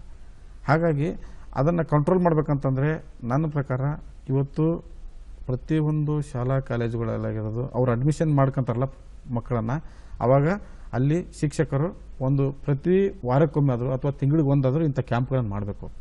ಈ ಥರ ದುಶ್ಚಟಗಳು ಬಲಿಯಾಗಬೇಡ್ರಿ, ಅದರ ಅರಿವು ಮೂಡಿಸ್ಬೇಕು ಅವ್ರಿಗೆ. ಕೆಲವೊಬ್ರಿಗೆ ಗೊತ್ತಿರೋದಿಲ್ಲ, ಸವಾಸ ದೋಷದಿಂದ ಕಲಿತಾರೆ ಅವರು ಅಷ್ಟೇ. ಅವ್ನು ಯಾರೋ ಅವನು ಸಿಗರೇಟ್ ಹೊಡ್ತಂದ್ರೆ ಅವ್ನು ಹೊಡೆ ಸ್ಟೈಲ್ ನೋಡಿ ಇವನು ಕಲಿಯೋದು. ಹಾಗೆ ಸಿನಿಮಾದಲ್ಲೂ ಹಾಗೆ ಬರ್ತಾವೆ, ನೀವು ನೋಡಿರ್ಬೇಕು. ಹಂಗೆ ಸಿಗರೇಟ್ ಸ್ಟೈಲ್ಗೆ ಭಾಳ ಚೆನ್ನಾಗಿ ಪ್ರತಿಯೊಂದು ಪಿಕ್ಚರಲ್ಲಿ ಒಂದೊಂಥರ ಮೂವಿಲಿ ಡಿಫ್ರೆಂಟ್ ಆಗಿರ್ತದೆ. ಹಾಗಾಗಿ ಈಗ ಸಿನಿಮಾ ನೋಡಿ ಮಕ್ಕಳು ಕಲಿತಾರೆ ಕೆಲವೊಂದಿಷ್ಟು. ಹೆಬ್ಬುಲಿ ಕಟಿಂಗ್, ಆ ಪಿಕ್ಚರ್ ನೋಡಿದ್ರೆ ಹೆಬ್ಬುಲಿ ಕಟಿಂಗ್ ಮಾಡಿಸೋದು. ನಾವು ಕಾಲೇಜ್ಗೆ ಹೋದಾಗ ಕಟಿಂಗ್ ಮಾಡಿಸ್ತಾರೆ. ನಮ್ಮ police cutting best sir. Yes, ನೀವೆಲ್ಲ ಹೇಳಿದ್ರಿ ಇವಾಗ, ಅಂದರೆ ನಾವು ಶಾಲಾ ಕಾಲೇಜುಗಳಲ್ಲಿ ಅರಿವು ಮೂಡಿಸ್ಬೇಕು, ಸಮಾಜದ ಅರಿವು ಮೂಡಿಸ್ಬೇಕಂತ. ಆದರೆ ತಂದೆ ತಾಯಿಗಳು ಯಾವತ್ತೂ ಮಕ್ಕಳ ಶ್ರೇಯೋಭಿವೃದ್ಧಿಗೆ ಯೋಚನೆ ಮಾಡ್ತಾ ಇರ್ತಾರೆ. ಒಬ್ಬ ತಂದೆ ತಾಯಿ ತನ್ನ ಮಗ ಶಾಲಾ ಕಾಲೇಜ್ಗೆ ಹೋಗುವಾಗ ಅವನು ಮಾದಕ ವ್ಯಸನಿ ಆಗ್ತಾ ಇಲ್ಲ ಅನ್ನೋದು ಹೇಗೆ ಖಾತ್ರಿಪಡಿಸ್ಕೋಬೇಕು? ಅವರ ಜವಾಬ್ದಾರಿ ಏನಿರುತ್ತೆ ತಂದೆ ತಾಯಿಗಳದ್ದು? ತಂದೆ ತಾಯಿಗಳು ಸರ ಅವ್ರಿಗೆ ಮಕ್ಕಳು ಏನು ಮಾಡ್ತಾರೆ, ಸ್ವಲ್ಪ ಫ್ರೀಡಮಲ್ಲಿ ಬದುಕಕ್ಕೆ ಬಿಟ್ಬಿಡ್ತಾರೆ ಮಕ್ಕಳು. ಕೆಲವೊಬ್ಬರು ಹಿಡಿತದಲ್ಲಿರ್ತಾರೆ. ಶಾಲೆಗೆ ಕಳಿಸಿದ ನಂತರ ಎಲ್ಲ ಶಿಕ್ಷಕರದೇ ಹೊಣೆ ಆಗಲಿಕ್ಕೆ ಸಾಧ್ಯ ಇಲ್ಲ. ಅದನ್ನು ಪೇರೆಂಟ್ಸು ಕೂಡ ಅವ್ರನ್ನ ವಾಚ್ ಮಾಡ್ತಾ ಇರಬೇಕು. ಇವತ್ತು ನಾನು ಪ್ರತಿಯೊಂದು ಕಾಲೇಜ್ಗೆ ಹೋದಾಗ ಒಂದು ಮಾತು ಕೇಳ್ತೇನೆ ಸರ, ಅವ್ರಿಗೆ ಒಂದು ಪ್ರಶ್ನೆ ಕೇಳ್ತೇನೆ. ನೀವು ದಿನನಿತ್ಯ ಶಾಲೆಗೆ ಕಾಲೇಜಿಗೆ ಬರುವಾಗ ಯಾರು ಪೇರೆಂಟ್ಸನ್ನು ಪಾದಕ್ಕೆ ನಮಸ್ಕಾರ ಮಾಡಿ ಕಾಲೇಜಿಗೆ ಬರ್ತೀರ ಅಂತ ಕೇಳಿದರೆ ಒಂದು 20% ಕೈ ಎತ್ತದಲ್ಲ ಸರ್. ಅಂದರೆ ಇವ್ರು ಎಕ್ಸಾಮ್ ಅಂತಂದರೆ ಗಣಪತಿ ಗುಡಿ, ಹನುಮಪ್ಪನ ಗುಡಿ ಬೇಕಾಗ್ತದೆ ಇದು ಎಲ್ಲ ಸ್ಟೂಡೆಂಟ್ಗಳಿಗೆ. ಆದರೆ ಮನೇಲಿರ್ತಕ್ಕಂಥ ತಂದೆ ತಾಯಿನೇ ದೇವರು, ಅವ್ರ ಪಾದಕ್ಕೆ ನಮಸ್ಕಾರ ಮಾಡ್ತಕ್ಕಂಥ ಸೌಜನ್ಯ ಮಕ್ಕಳಲ್ಲಿಲ್ಲ. ಅಂದರೆ ನಮ್ಮಲ್ಲಿ ಸಂಸ್ಕಾರ ನಾವು ಎಲ್ಲಿ ಮಕ್ಕಳಿಗೆ ಬೇಕು, ಇದು ಒಂದು ಮುಂದೆ ದಿನ ಸಿಲೆಬಸ್ ಆಗೇ ಬರ್ತದೆ. ಇದು ಸಂಸ್ಕಾರ ನಾವು ಯಾವ ರೀತಿ ನಮ್ಮ ಸಂಸ್ಕಾರವನ್ನು ಬೆಳೆಸ್ಕೋಬೇಕು ಅನ್ನೋದು ಕೂಡ ಬರ್ತದೆ. ಹಾಗಾಗಿ ಈ ಪೇರೆಂಟ್ಸ್ ಪಾಪ ಅವ್ರ ತಪ್ಪಂತ ಹೇಳಲಿಕ್ಕಾಗೋದಿಲ್ಲ. ಯಾಕಂತಂದ್ರೆ ಅವ್ರ ಮನೇಲಿ ಅವ್ರ ಮುಂದೆ ಇವ್ರು ಏನು ಮಾಡಲಿಕ್ಕೆ ಸಾಧ್ಯ ಇಲ್ಲ. ಅವರು ತಂದೆ ಮುಂದೆ ಮಗ ಸೇರಿಸಿ ಬಿಡ್ತಾನೆ, ಹೊಡಿತಾನೆ ಅವನು ಅಷ್ಟೇ. ಆದರೆ ಇವರು ಹೊರಗಡೆ ಮಾಡ್ತಕ್ಕಂಥದ್ದನ್ನು ಅವ್ರಿಗೆ ಪಾಪ ವಾಚ್ ಮಾಡ್ಲಿಕ್ಕೆ ಆಗೋದಿಲ್ಲ. ಆದರೂ ಬೇರೆಯವ್ರ ಮುಖಾಂತರ ತಿಳಿದು ಹಿಡಿತದಲ್ಲಿರ್ತಾರೆ. ಆದರೆ ಈಗ ತಂದೆ ತಾಯಿಗಳಿಗೆ ಹೆದರೋ ಮಕ್ಕಳನ್ನ ಇಲ್ಲಿಗೆ ಅವ್ರಿಗೆ ತಂದೆ ತಾಯಿಗೆ ಹೆದರ್ಸಂಥ ಮಕ್ಕಳಿದಾವೆ. ಈಗ ಅವಾಗೆಲ್ಲ ನಾವು ಅಪ್ಪ ಅಂದರೆ ಅಮ್ಮ ಅಂದರೆ ಓಡಿ ಹೋಗ್ತಿದ್ವಿ, ಬಂದಾರ ಹೊಡಿತಾರಪ್ಪ ಅಂತಂದು ಹೆದರ್ತಿದ್ವಿ. ಈಗ ಹಂಗಿಲ್ಲ, ಹೊಳ್ಳಿ ರಿಟರ್ನ್ ಅವರಿಗೆ ಮಾಡ್ತಕ್ಕಂಥ ಮಕ್ಕಳು ಹುಟ್ಟಿದ್ದಾರೆ. ನಾವು ಅವತ್ತಿನ ಮಕ್ಕಳು ಬೇರೆ, ಇವತ್ತಿನ ಮಕ್ಕಳು ಬೇರೆ. ಮಕ್ಕಳಿಗೆ ಸ್ವಾತಂತ್ರ್ಯ ಕೊಡಬೇಕು, ಆದರೆ ಅದು ಸ್ವಚ್ಛಂದ ಆಗಬಾರ್ದು ಅಂತ ಹೇಳ್ತೀರಾ. ಹೌದು, ಹೌದು. ಅದು ಗಮನಿಸಬೇಕಾಗುತ್ತೆ, ಪ್ರತಿ ಅವರ ಹೆಜ್ಜೆಯನ್ನು ಕೂಡ, ಪ್ರತಿ ಕ್ಷಣವನ್ನು ಕೂಡ ಗಮನಿಸಬೇಕಾಗುತ್ತೆ ಅಂತ. ಹಾಗೆ ಪೊಲೀಸ್ ಇಲಾಖೆ ಕೂಡ ನಾನು ಬಹಳಷ್ಟು ಕಡೆ ನೋಡ್ತಾ ಇರ್ತೀನಿ, ಸೇ ನೋ ಟು ಡ್ರಗ್ಸ್ ಅಂತೇಳಿ ಹಲವಾರು ರ್ಯಾಲಿಗಳನ್ನ ಹಮ್ಮಿಕೊಳ್ಳುತ್ತೆ. ಅದು ಪ್ರತಿ ಕಾಲೇಜ್ನಲ್ಲಾಗ್ಬೋದು, ಸಮಾಜದಲ್ಲಾಗ್ಬೋದು, ಕಾರ್ ರ್ಯಾಲಿ, ಬೈಕ್ ರ್ಯಾಲಿ ಮಾಡೋದ್ರ ಮೂಲಕ ರ್ಯಾಲಿಗಳನ್ನ ಮಾಡ್ತಾರೆ. ಸೊ ತಾವು ಅದರ ಜಾಗೃತಿ ಕಾರ್ಯಕ್ರಮಗಳನ್ನು ಮಾಡ್ತಾ ಇದ್ದೀರಾ ತಮ್ಮ ಇಲಾಖೆ? ಅದು ಮಾಡ್ತೇನೆ ಸರ್. ನಾನು ಆ್ಯಕ್ಚುಲಿ ಅದೇ ಇದೇ ಸೈಬರ್ ಕ್ರೈಮ್ ಬಗ್ಗೆನೇ ಜಾಸ್ತಿ ಎಲ್ಲ ಕಾಲೇಜುಗಳಲ್ಲಿ ನಮ್ಮ ಸ್ಟಾಫ್ ಪೊಲೀಸ್ ಸ್ಟಾಫನ್ನು ಕರ್ಕೊಂಡು ಹೋಗಿ ನಾವು ಕಾರ್ಯಕ್ರಮ ಮಾಡ್ತೇವೆ. ಮ್ಯಾಕ್ಸಿಮಮ್ ಅವೇರ್ನೆಸ್ ಮೂಡ್ತಾ ಇದೆ ಈ ಡ್ರಗ್ಸ್ಗಳ ಬಗ್ಗೆ, ಗಾಂಜಾ ಬಗ್ಗೆ ಅರಿವು ಮೂಡಿಸೋದು. ಇದರಿಂದ ಆದಂಥ ಮುಂದೆ ಏನು ಮಾಡ್ತೀವಿ ನಶೆಯಲ್ಲಿ. ಆಮೇಲೆ ಈಗಲೂ ಸ್ಟೂಡೆಂಟ್ಗಳು ಕಾನೂನು ಬಗ್ಗೆ ಅರಿವಿಲ್ಲ. ನಾವು ಯಾವುದನ್ನು ಈಗ ಹೈಸ್ಕೂಲ್ ಸ್ಟೂಡೆಂಟ್ಸ್ ಇರ್ತಾರೆ ಮಕ್ಕಳು, ಪೋಸ್ಕೋ ಕಾಯ್ದೆ ಅಂತ ಒಂದಿದೆ, ಹಾಗೆ ನಿಮ್ಗೆ ಅಲ್ಲಿ ಅವರಿಗೆ ಕಾಡಿಸಿದ್ರೆ, ಅವರಿಗೆ ಸಣ್ಣ ವಯಸ್ಸಿನ ಮಕ್ಕಳಿಗೆ ಈ ಥರ ಕಾಡಿಸಿದ್ರೆ ಮುಂದೆ ಏನಾಗುತ್ತೆ ಪರಿಣಾಮ, ಅದರ ಕಾನೂನು ಏನು ಅನ್ನೋದು ಅರಿವಿಲ್ಲ ಅವರಿಗೆ. ಹಾಗೇ ಏನೋ ಒಂದು ಇದರಲ್ಲಿ ಮಾಡಿಬಿಡ್ತಾರೆ. ಹಾಗಾಗಿ ಮುಂದೆ ಅವರು ಶಿಕ್ಷೆ ಅನುಭವಿಸುವಾಗ ಅದರ ಅರಿವಾಗದರೆ ಅದು ಯೂಸ್ ಇಲ್ಲ. ಅದಕ್ಕೆ ಮುಂಚಿತವಾಗಿ ಅವರಿಗೆಲ್ಲ ತಿಳುವಳಿಕೆಯನ್ನು ಮೂಡಿಸಬೇಕು. ಈ ಥರ ಕಾನೂನುಗಳಿದ್ದಾವೆ, ನೀವು ಗಾಂಜಾ ಸೇವನೆ ಮಾಡಿಬಿಟ್ರೆ ಇಂಥ ಶಿಕ್ಷೆ ಇದೆ, ಅಥವಾ ಪೋಸ್ಕೋ ಕಾಯ್ದೆಯಲ್ಲಿ ಇಂಥ ಶಿಕ್ಷೆ ಇದೆ, ಡ್ರೈವಿಂಗ್ ಡ್ರಿಂಕ್ ಆ್ಯಂಡ್ ಡ್ರೈವಲ್ಲಿ ಇಂಥ ಶಿಕ್ಷೆ ಇದೆ. ಅದ್ರ ಬಗ್ಗೆ ಅರಿವನ್ನು ಮೂಡಿಸ್ತಾ ಹೋದಾಗ ಅವ್ರಿಗೆ ಅರಿವಾಗ್ತದೆ, ಸ್ವಲ್ಪ ಮ್ಯಾಕ್ಸಿಮಮ್ ಕಂಟ್ರೋಲ್ ಆಗ್ತದೆ ಅಂತ ಅನ್ಕೊಂತೇನೆ ಸರ್. ನಾವು ಜಾಸ್ತಿ ಮಾಡಲ್ಲ ಅಂದ್ರೂ 20% ಕಂಟ್ರೋಲ್ ಮಾಡ್ಬೋದು, ನಮ್ಮ ಕಡೆ 20-25 ಮಾಡ್ಬೋದು. ಉತ್ತಮ ಆರೋಗ್ಯಕ್ಕಾಗಿ ವ್ಯಸನ ಮುಕ್ತರಾಗಿರೋದು ತಮ್ಮ ಸಂದೇಶ. ಹೌದು ಸರ್. Yes sir. ಹಾಗೆ ಮುಂದೆ ಹೋಗ್ತಾ, ಒಬ್ಬ ಪೊಲೀಸ್ನಲ್ಲಿ ಕವಿ ಹೃದಯ ಇದೆ ಅಂತ ಹೇಳಿದ್ರೆ ಬಹಳ ಖುಷಿ ಆಗುತ್ತೆ. ಈ ಕವಿತೆ, ಕವನದ ಬಗ್ಗೆ ಎಲ್ಲ ಯಾವಾಗ ಆಸಕ್ತಿ ಮೂಡಿತ್ತು ತಮಗೆ? ಸರ್, ನಾನು ಪ್ರಾಥಮಿಕ ಹಂತದಲ್ಲೇ ನಾನು ಬರಿತಾ ಇದ್ದೆ ಅವಾಗ. ಈ ಚುಟುಕುಗಳನ್ನು ಸಣ್ಣ ಸಣ್ಣ ಚುಟುಕು ಬರ್ತಾ ಇದ್ವಿ. ಬರಿತಾ ಮತ್ತು ಕಾಲೇಜ್ ಲೆವೆಲ್ ನಮಗೆ ಶಿಕ್ಷಕರು ಹಾಗೆ ಸಪೋರ್ಟ್ ಮಾಡಿದ್ರು ಸರ್ ಅವಾಗ. ಅಂದರೆ ನಾವು ಬರ್ತಿದ್ದಾಗ ಬೆನ್ನು ತಟ್ಟಿದ್ರು, ತಪ್ಪಿದ್ರು ತಿದ್ದು ಹೇಳಿ ಮಾಡಿ ಅಂತ ಹೇಳಿದ್ರು ಅವರು. ಹಾಗೆ ಆ ಥರ ಬರಿತಾನೆ ಇವತ್ತು 4 ಪುಸ್ತಕಗಳು ನಮ್ಮ ಹೊರಗೆ ಬಂದಿದ್ದಾವೆ. ಆಮೇಲೆ ಅದ್ರ ಜೊತೆಗೆ ನಾನು ಇಲ್ಲಿ ಜಾಸ್ತಿ ಈ ಜಾನಪದ ಗೀತೆ, ಆಮೇಲೆ ಈ ಪೊಲೀಸ್ ಸೈಬರ್ ಅವೇರ್ನೆಸ್ಸು, ಡ್ರಗ್ಸ್ ಬಗ್ಗೆ, ಆಮೇಲೆ ಈ ಮ್ಯಾಕ್ಸಿಮಮ್ ಟ್ರಾಫಿಕ್ ಬಗ್ಗೆ ಎಲ್ಲ ಹಾಡುಗಳನ್ನು ಬರಿತಾ ಹೋಗ್ತದೆ. ಯಾಕಂದರೆ ಜನಗಳಿಗೆ ಸ್ವಲ್ಪ ಹಾಡಿನ ಮುಖಾಂತರ ಅಟ್ಲೀಸ್ಟ್ ಅರಿವು ಮೂಡಿಸೋಣ ಅನ್ನೋದು ಒಂದು ನನ್ನ ಮನದಾದ ಮಾತು. ತಾವು ಮೊದಲು ಬರೆದಂಥ ಕವಿತೆ ಯಾವುದೊಂದು ಜ್ಞಾಪಕ ಇದೆಯಾ, ಕವನ? ಮೊದಲು ಸರ್ ನಾನು ಗುಟ್ಕಾ ಬಗ್ಗೆ ಬರೀ ಸರ್. ಅವಾಗಲೇ ನಾನು ಹೇಳಿದ್ದೆ ಗುಟ್ಕಾ ಅಂತಂದ್ರೆ, ಈ ಹುಡುಗರು ತಿನ್ನುವರು ಗುಟ್ಕಾ, ಹುಡುಗರು ತಿನ್ನುವರು ಗುಟ್ಕಾ, ಬಿಟ್ಟು ಬಿಡು ಎಂದಾಗ ಸಂಕಟ, ಬಿಟ್ಟು ಬಿಡು ಎಂದಾಗ ಸಂಕಟ, ಬಿಡದೇ ಹೋದರೆ ಅಚ್ಚಟ, ಬಿಡದೇ ಹೋದರೆ ಆ ಚಟ, ಬೇಗ ಏರುವರು ಚಟ್ಟ. ಆ ದುಶ್ಚಟಗಳಿಗೆ ಬಲಿಯಾದ್ರೆ ಮುಂದಿನ ದಿನ ಚಟ್ಟ ಇರ್ತಾರೆ. ಅದು 100% ಸತ್ಯ. ಯಾವುದೇ ದುಶ್ಚಟಗಳು ಅದು ಒಂದಿನ ಅದು ಡೆಡ್ ಎಂಡ್ ಇದ್ದೇ ಇದೆ, ಬೇಗ ಹೋಗ್ಬಿಡ್ತದೆ ಅಷ್ಟೇ. ಹಾಗಾಗಿ ನನಗೇನು ಅನಿಸಿದ ಮಟ್ಟಿಗೆ ಈ ಫಸ್ಟ್ ನನ್ನ ಕವನ ಅವಾಗ ಬರ್ದ್ನಲ್ಲ, ಬರೆದಾಗ ಈ ನಾನು ನೋಡ್ತಿದ್ದೆ ಅವಾಗ. ಈಗ ಸ್ವಲ್ಪ ಹಾವಳಿ ಕಡಿಮೆ ಗುಟ್ಕ, ಅದು ಮೊದಲು ಜಾಸ್ತಿ ಇತ್ತು ಅವಾಗ. ಹೌದು. ಅವ್ರ ಬಾಯಿ ನೋಡ್ಬಿಟ್ರೆ ಸಾಕೈತೆ, ನೀವು ಗುಟ್ಕ ಹಾಕ್ತಾನೆ, ಸಿಗರೇಟ್ ಸದೊಂದು ತುಟಿ ನೋಡಿದ್ರೆ ಗೊತ್ತಾಗ್ತದೆ ಸಿಗರೇಟ್ ಸೇತಾನೆ. ಅವ್ರ ಸಿಂಪ್ಟಮ್ಸ್ ನಾವು ಯಾರು ಭವಿಷ್ಯ ಹೇಳೋದು ಬೇಡ್ರಿ, ಮಕ್ಕ ನೋಡಿದ್ರೆ ಭವಿಷ್ಯ ಹೇಳ್ಬೋದು ಅವರು. ಇವನು ಸಿಗರೇಟ್ ಹೊಡಿತಾನೆ, ಇವನು ಡ್ರಿಂಕ್ಸ್ ಮಾಡ್ತಾನೆ ಅನ್ನೋದು ಹೇಳ್ಬೋದು. ಸೊ ಹಾಗಾಗಿ ಆ ದುಶ್ಚಟಗಳನ್ನ ದೂರ ಆಗಲೇ ಬರಿತಾ ಇದ್ರಿ ನೀವು ಕವನಗಳನ್ನ, ಕವಿತೆಗಳನ್ನ. ಸೊ ಯಾವ ಪತ್ರಿಕೆಗಳಲ್ಲಿ, ಪುಸ್ತಕಗಳಲ್ಲಿ ಪ್ರಕಟ ಆಗಿದೆಯಾ ನಿಮ್ಮ ಈ ಪುಸ್ತಕ, ಕವಿತೆಗಳು, ಕವನಗಳು? ಆಗಿದೆ ಸರ್. ಅವಾಗೆಲ್ಲ ಕೌರವ ಅಂತ ಪತ್ರಿಕೆ ಇತ್ತು, ಅಲ್ಲಿ ಫಸ್ಟ್ ನಾನು ಕವನಗಳೆಲ್ಲ ಅದರಲ್ಲಿ ಬರ್ತಿದ್ದೆ, ಕೌರವ ಪತ್ರಿಕೆಯಲ್ಲಿ. ಅದಾದ ನಂತರ ಉದಯವಾಣಿಯಲ್ಲಿ ಸ್ವಲ್ಪ ಕೊಟ್ಟಿದ್ವಿ. ಹಿಂಗೆ ಸುಮಾರಷ್ಟು ಇದರಲ್ಲಿ ಪತ್ರಿಕೆಯಲ್ಲಿ ಪ್ರಕಟ ಆಗಿದ್ದಾವೆ. ಅಂದರೆ ನಾನು ಚುಟುಕುಗಳನ್ನೇ ಅವಾಗ ಹಾಕ್ತಿದ್ದಷ್ಟೇ. ಈ ಅವಾಗಲೇ ಹೇಳಿದ್ರೆ ಒಂದೊಳ್ಳೆ ಮಾತು ಅಂತ ಹೇಳಿದ್ರಲ್ಲ, ಹಂಗೆ ಆ ರೀತಿ ನಾನು ಸಣ್ಣ ಸಣ್ಣ ಚುಟುಕುಗಳು ಬರೀತಿದ್ದೆ. ನಾನು ಮೋಟಿವೇಶನಲ್ ಆಗಿ ಕೂಡ ಹಾಕಿದ್ದೇನೆ. ಮೋಟಿವೇಶನಲ್ ಆಗಿ ಇವತ್ತು ಜನಗಳ ಸ್ಥಿತಿ ಹೆಂಗಂತ ನಿಮಗೆ ಗೊತ್ತಿದೆ ಸರ್. ಡಾಕ್ಟರ್ಸ್ಗಳು ಒಂದು ಕೊರೋನಾಕ್ಕೆ ಔಷಧಿ ಕಂಡು ಹಿಡಿಬಹುದ್ರಿ, ಆದ್ರೆ ಮನುಷ್ಯನ ಹೊಟ್ಟೆವರಿಗೆ ಔಷಧಿ ಕಂಡು ಹಿಡಿಯಕ್ಕಾಗಲ್ಲ. ಒಬ್ರು ಏಳಿಗೆನ ಸಹಿಸ್ತಕ್ಕಾಗ್ತಕ್ಕಂಥ ಕಾಲ ಈಗಿದೆ. ಹಾಗಾಗಿ ನನಗನ್ಸಿದ ಮಟ್ಟಿಗೆ ಸರ ಇವತ್ತು ದ್ವೇಷ, ಅಸೂಯೆ ಇದೆ ಅಲ್ಲ ಸರ, ಇದು ನಾನು ಇನ್ನೊಂದು ಹಾಡು ಬರ್ತಿದ್ದೆ ಸರ್ ರೀಸೆಂಟಾಗಿ, ಇನ್ನೊಂದು 1 ತಿಂಗಳಲ್ಲಿ ರಿಲೀಸ್ ಆಗುತ್ತೆ. ಹೆಂಗ ಬಂದಿ ಹಂಗ ಹೋಗ, ಇನ್ನೊಂದು ಹೊಸ ಹಾಗೆ ಹಾಡು. 2 ಸಾಲ ಟ್ರೈಲರ್ ಬಿಟ್ಬಿಡಿ. ಈಗ ಇವತ್ತು ನಾವು ಇನ್ನೊಬ್ರು ಕಾಲು ಎಳಿಬಾರ್ದು ಅನ್ನೋ ಉದ್ದೇಶಕ್ಕೆ ಈ ಹಾಡು ಬರ್ದಾನೆ ಸರ್. ನಾವು ನಮ್ಮ ಏಳಿಗೆನ ನಾವು ಈಗ ಬೆನ್ನಿಂದ ಮಾತಾಡಿದ್ರೆ ಅವತ್ತು ಬೆನ್ನಿಂದ ಇರ್ತಾರೆ ಸರ್. ಅವ್ರ ರಿಟರ್ನ್ ನಾವು ತೊಗೊಂಡು ನೋಡ್ಲಿಕ್ಕೆ ಆಗೋದಿಲ್ಲ, ಅವ್ರ ಬಗ್ಗೆ ತಲೆ ಕೆಡಿಸ್ಕೊಳಕ್ಕೆ ಹೋಗ್ಬಾರ್ದು. ಹಾಗಾಗಿ ಇವತ್ತು ನಾವು ಬರುವಾಗೂ ಕೂಡ ಏನು ತಂದಿಲ್ಲ, ಹೋಗುವಾಗ ಕೂಡ ಏನು ತೊಗೊಂಡು ಹೋಗಲ್ಲ. ಹಾಗಿದ್ಮೇಲೆ ಇಷ್ಟೆಲ್ಲ ಯಾಕೆ ಮಾಡಬೇಕು? ಇವೆಲ್ಲ ಇನ್ನೊಬ್ರು ಹೊಟ್ಟೆ ಕಿತ್ಪಡೋದು ಯಾಕೆ, ದ್ವೇಷ ಮಾಡೋದು ಯಾಕೆ, ಅಸೂಯೆ ಪಡೋದು ಯಾಕೆ? ಬಂದವಿ ಹೋಗ್ತೀವಿ, ಇಷ್ಟೇ ಇರೋದು ಈ ಹಾಡಿನ ಅರ್ಥ ಸರ. ಹೆಂಗ ಬಂದಿ ಹಂಗ ಹೋಗ, ಯಾರಿಗಿಲ್ಲ ಇಲ್ಲಿ ಜಾಗ, ಹ್ಯಾಂಗ ಬಂದಿ ಹಂಗ ಹೋಗ, ಯಾರಿಗಿಲ್ಲ ಇಲ್ಲಿ ಜಾಗ, ಆಡಿಕೊಂಡು ನೋಡಕ ಕುಂತಿ ಕೂಡಿಕೊಂಡು ಬಾಳೋದು ಬಿಡುತ್ತಿ ಆಡಿಕೊಂಡು ನೋಡಾಕ ಕುಂತಿ ಕೂಡಿಕೊಂಡು ಬಾಳೋದು ಬಿಡುತ್ತಿ ನೀ ಹೋದ ಮ್ಯಾಲ ಹುಟ್ಟಿಗೆ ಅರ್ಥವಿರಬೇಕ ನೀವಾದ ಮ್ಯಾಲ ಹುಟ್ಟಿಗೆ ಅರ್ಥವಿರಬೇಕ. ಇದ್ರ ಜೊತೆಗೆ 4 ಪುಸ್ತಕಗಳನ್ನು ಕೂಡ ಹೊರತಂದಿದ್ದೀರಾ. ನೀವು ಬರೆದಿರುವಂಥ ಪುಸ್ತಕಗಳ ಬಗ್ಗೆ ಒಂದಷ್ಟು ಬೆಳಕು ಚೆಲ್ಬೋದಾ? ನಾನು 4 ಪುಸ್ತಕ ರಿಲೀಸ್ ಆಗಿದೆ ಸರ್. ಒಂದನೇದ್ದು ಕಾವ್ಯಸ್ಫೂರ್ತಿ, ಎರಡನೇದ್ದು ಬರಡಾದಿ ಚೆನ್ನಮ್ಮನ, ಮೂರನೇದ್ದು ಅರಳುವು ಮಗ್ಗುಗಳು, ನಾಲ್ಕನೇದ್ದು ಅದು ಕಾಣಿಸದ ಕೈ ಅಂತ 4 ಪುಸ್ತಕಗಳನ್ನು ರಿಲೀಸ್ ಆಗಿದೆ. ಇವು ನಿಮಗೆ ಒಂದು ಕಿವಿ ಮಾತು ಹೇಳ್ತಾನೆ ಸರ್.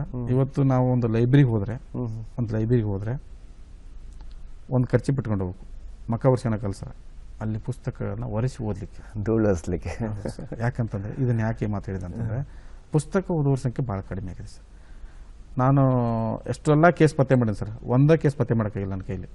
ಇನ್ನೂರಿಗೂ ಪತ್ತೆ ಮಾಡಿದ್ದೀನಿ, ಆದರೂ ಅವನೇನು ಮಾಡೋಕ್ಕಾಗಿಲ್ಲ. ಯಾವುದದು ಸರ್? ಒಂದು ಪುಸ್ತಕವನ್ನ ಒಂದು ಮೊಬೈಲ್ ಮರ್ಡರ್ ಮಾಡೈತಿ. ಇವತ್ತು ರಾಜಾರೋಸ್ವಾಗಿ ಎಲ್ಲಾ ಕಡೆ ಓಡಾಡಕತ್ತ ಮೊಬೈಲ್, ಅದು ಎಲ್ಲಾರ ಕೈಗೆ ಹೋಯ್ತು, ಎಲ್ಲಾ ಕಡೆ ಸುತ್ತಾರಂತ. ಅದನ್ನ ಏನ್ ಮಾಡಕ್ಕಾಗತ್ತೆ, ಯಾರು ಏನ್ ಮಾಡಕ್ಕಾಗಲ್ಲ. Mobile murder mystery. ಹೌದು. ಹಾಗಾಗಿ ಈ ಪುಸ್ತಕವನ್ನ ಮರ್ಡರ್ ಮಾಡಿದ ನಿಜವಾದ ಆರೋಪಿನೇ ಮೊಬೈಲ್. ಹಾಗಾಗಿ ಈ ಮೊಬೈಲ್ ಬಂದ್ಮೇಲೆ ಪುಸ್ತಕ ಓದೋರು ಕಡಿಮೆ ಆಗಿದ್ದಾರೆ. ಆದರೂ ಕೂಡ ನಾವು ಬರೆಯೋದು ಬಿಡೋದಿಲ್ಲ, ನಾವು ಬರೆದೇ ಬರ್ತೀವಿ. ಮುಂದೆ ಈಗ ಇದು ಶಾಶ್ವತವಾದ ಜೀವನ ಅಲ್ಲ. ಈಗ ಮೊಬೈಲ್ನಿಂದ ಏನೆಲ್ಲ ಆಗ್ತಿದ್ದಾವೆ ಅಂತ ನಿಮ್ಗೆ ಗೊತ್ತಾಯ್ತು. ಪುಸ್ತಕದಿಂದ ಸಮಸ್ಯೆ ಆಗಿದೆ ಅಂತ ಯಾರಾದ್ರೂ ಒಬ್ರು ಬಂದು ಹೇಳಿ ನೋಡೋಣ, ನಾನು ಪುಸ್ತಕ ಓದಿನ ಸರ್ ನಂಗೆ ಸಮಸ್ಯೆ ಆಗಿದೆ ಅಂತ ಹೇಳ್ರಿ. ಸಾಧ್ಯ ಇಲ್ಲ. ಪುಸ್ತಕ ಕಲಿಸ್ತದೆ ಹೊರತು ಕೆಡಿಸೋದಿಲ್ಲ ಸರ್. ಓದಿ ಕೆಟ್ಟವರಿಲ್ಲ, ಓದಿ ಕೆಟ್ಟ. ಆದ್ರೆ ಮೊಬೈಲ್ ಇದೆಯಲ್ಲ ಹಾಗಲ್ಲ. ಅದು ಒಳ್ಳೇದಕ್ಕೆ ಯೂಸ್ ಮಾಡಿದ್ರೆ ಒಳ್ಳೇದು ಮಾಡ್ತಾ ಹೋಗ್ತದೆ, ಕೆಟ್ಟದಕ್ಕೆ ಯೂಸ್ ಮಾಡಿದ್ರೆ ಕೆಟ್ಟದ್ದನ್ನೇ ಮಾಡ್ತಾ ಹೋಗ್ತದೆ. ಹೌದು, ಸತ್ಯ. ಅಂದ್ರೆ ಆರೋಪಿ ಯಾರು ಅಂತ ಕಂಡಿಡ್ದಿದ್ದೀರಾ, ಆದ್ರೆ ಅವ್ರಿಗೇನು ಶಿಕ್ಷೆ ಕೊಡಿಸ್ಲಿಕ್ಕೆ ಆಗ್ತಾ ಇಲ್ಲ, ಆರೋಪಿ ರಾರಾಜಿಸ್ತಾ ಇದಾರೆ ಅಂತ. ಸೊ ಪುಸ್ತಕ ಪ್ರೀತಿಯನ್ನು ಬೆಳೆಸ್ಕೋಬೇಕು ಅಂತ ಹೇಳ್ತೀವಿ. ಹೌದು ಸರ್. ಸೊ ಯಾವಾಗ ಹೊರತಂದಿದ್ರಿ ಪುಸ್ತಕಗಳು, ಯಾವ ವರ್ಷದ ಹೊರತಂದಿದ್ರಿ ಪುಸ್ತಕಗಳು? ನಂದು ಫಸ್ಟ್ ಸ್ಟಾರ್ಟಿಂಗ್ ಅಲ್ಲಿ ಉಡುಪಿಲಿದ್ದೆ ಸರ್. ಅವಾಗ 2016ರಲ್ಲಿ, 2017ರಲ್ಲಿ. ನೆಕ್ಸ್ಟು ಇಲ್ಲಿ ಬಂದಮೇಲೆ 2 ಪುಸ್ತಕ ರಿಲೀಸ್ ಮಾಡಿದೆ. ಇಲ್ಲಿ ಕಾಣಿಸಿದ ಕೈ ಅಂತ ಪುಸ್ತಕ ರಿಲೀಸ್ ಮಾಡಿದೆ. ಅದರಲ್ಲಿ ಹಂಗೆ ಒಂದು ಲೈನ್ ಏನಂತಂದರೆ, ಇವತ್ತು ನಾವು ಎಷ್ಟೇ ದೊಡ್ಡ ಮಟ್ಟಕ್ಕೆ ಹೋದರೂ ಕೂಡ, ಎಷ್ಟೇ ದುಡ್ಡು ಗಳಿಸಿದ್ರು ಕೂಡ ಅಕ್ಷರಸ್ಥರಿಗೆ ಇರ್ತಕ್ಕಂಥ ಬೆಲೆ ಯಾರಿಗಿಲ್ಲ ಸರ್. ಅಂದರೆ ಶಿಕ್ಷಣವಂತರಾಗಬೇಕು ಮೊದಲು, ಅದೇ ಇಂಪಾರ್ಟೆಂಟ್ ಸರ್. ಈಗ ಹಾಗಾಗಿ ನನ್ನ ಪುಸ್ತಕದಲ್ಲಿ ಅದು ಬರೆದಿದ್ದೀನಿ ಸರ್. ನಾನು ಮಕ್ಕಳು ಶಾಲೆಗೆ ಯಾಕೆ ಬರಬೇಕು ಮಗು ಕೂಲಿ ನಾಲಿಯಿಂದ ಶಾಲೆಗೆ, ಬರಬೇಕು ಮಗು ಕೂಲಿ ನಾಲಿಯಿಂದ ಶಾಲೆಗೆ, ಅಲಕ್ಷ್ಯದಿಂದ ಸೇರದಿರು ನೀ ಮೂಲೆಗೆ, ಅಲಕ್ಷ್ಯದಿಂದ ಸೇರದಿರು ನೀ ಮೂಲೆಗೆ, ಪ್ರತಿಭೆ ಬೆಳೆಯಲು ಪ್ರತಿಭಾ ಕಾರಂಜಿ, ಪ್ರತಿಭೆ ಬೆಳೆಯಲು ಪ್ರತಿಭಾ ಕಾರಂಜಿ, ದೂರ ಸರಿಯದಿರಿ ನೀವು ಸೇರಲು ಅಂಜಿ, ದೂರ ಸರಿಯದಿರಿ ನೀವು ಸೇರಲು ಅಂಜಿ, ಶಿಕ್ಷಣ ಕೊಟ್ಟಿತ್ತು ಒಂದೊತ್ತಿನ ಗಂಜಿ, ಒಂದೊತ್ತಿನ ಗಂಜಿ. ಅಂದರೆ ಶಿಕ್ಷಣಕ್ಕೆ ಒಂದು ಅಗಾಧವಾದ ಶಕ್ತಿ ಇದೆ.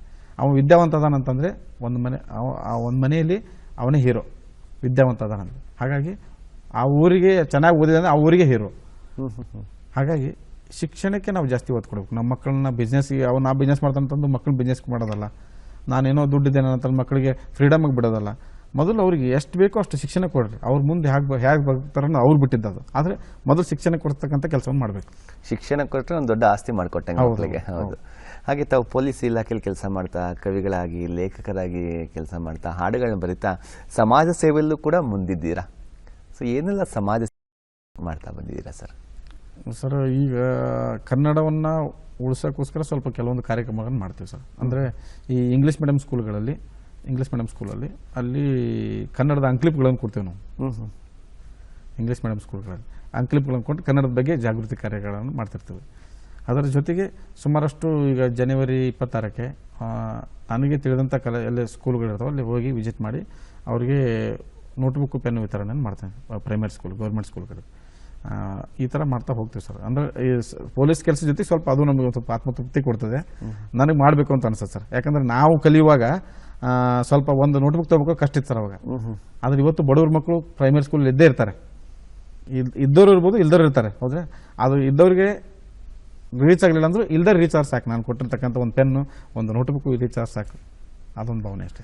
ಸೊ ಒಳ್ಳೇದಾಗಲಿ, ನಿಮ್ಮ ಸಮಾಜ ಸೇವೆಯನ್ನು ಮುಂದುವರಿಲಿ, ಸಮಾಜಕ್ಕೆ ನಿಮ್ಮಿಂದ ಅನುಕೂಲ ಆಗಲಿ ಅಂತ ಹೇಳ್ತಾ, ನೀವು ಇಷ್ಟೆಲ್ಲ ಪೊಲೀಸ್ದವ್ರ ಕೆಲಸ ಅಂತ ಹೇಳಿದ್ರೆ ಟೈಮಿಂಗ್ಸ್ ಇಲ್ದಿರೋ ಕೆಲಸ ಅಂತ ಈಗಾಗಲೇ ಹೇಳ್ತಾ ಇದ್ದೆ ನಾನು.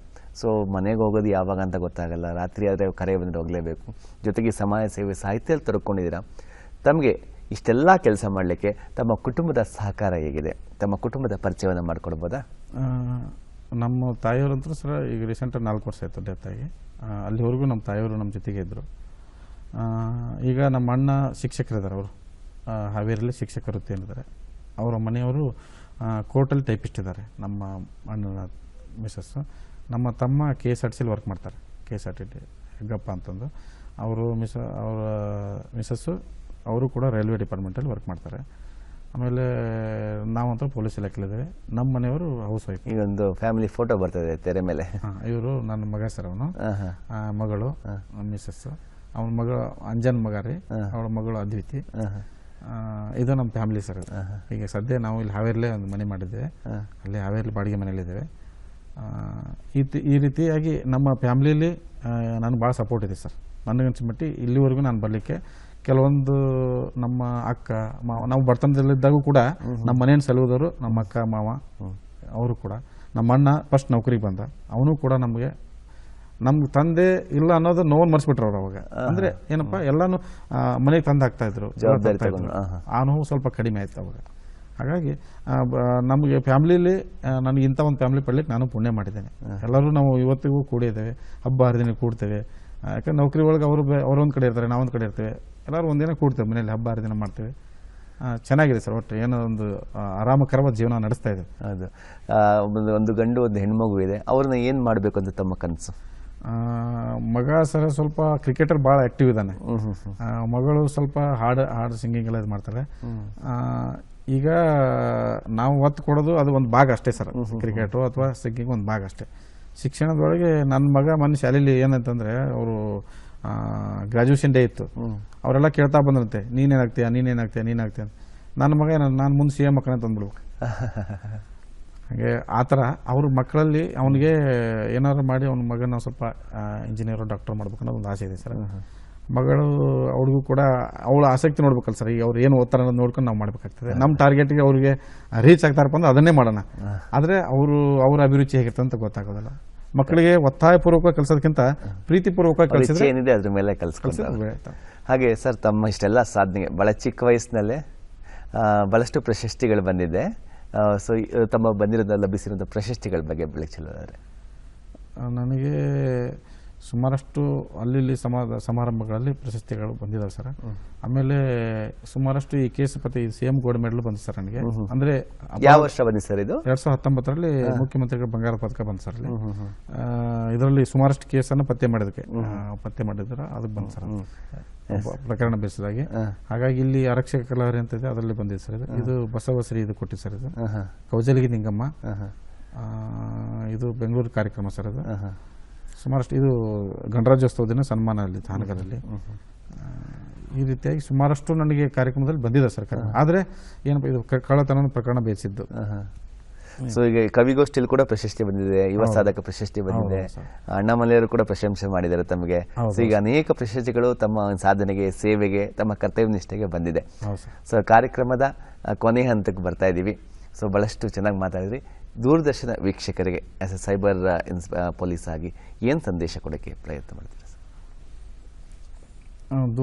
ಇಲ್ಲಿವರೆಗೂ ನಮ್ಮನ್ನು ಕರೆಸಿದ್ರಿ ಕಾರ್ಯಕ್ರಮಕ್ಕೆ ಅಂತಂದರೆ, ನಾನು ದೂರದರ್ಶನ ಬಗ್ಗೆ ಒಂದು ಮಾತು ಹೇಳಿದೆ. ಅದಕ್ಕಿಂತ ಮುಂಚೆ ನಮ್ಮ ಪೊಲೀಸ್ ಇಲಾಖೆಯಲ್ಲಿ ನಮ್ಮ ದಿನನಿತ್ಯ ಕೇಸುಗಳು ಹೇಗೆ ನಡೀತವೆ ಅನ್ನೋದು ಒಂದು ಕವನ ಹೇಳ್ತೇನೆ ಇಲ್ಲಿ.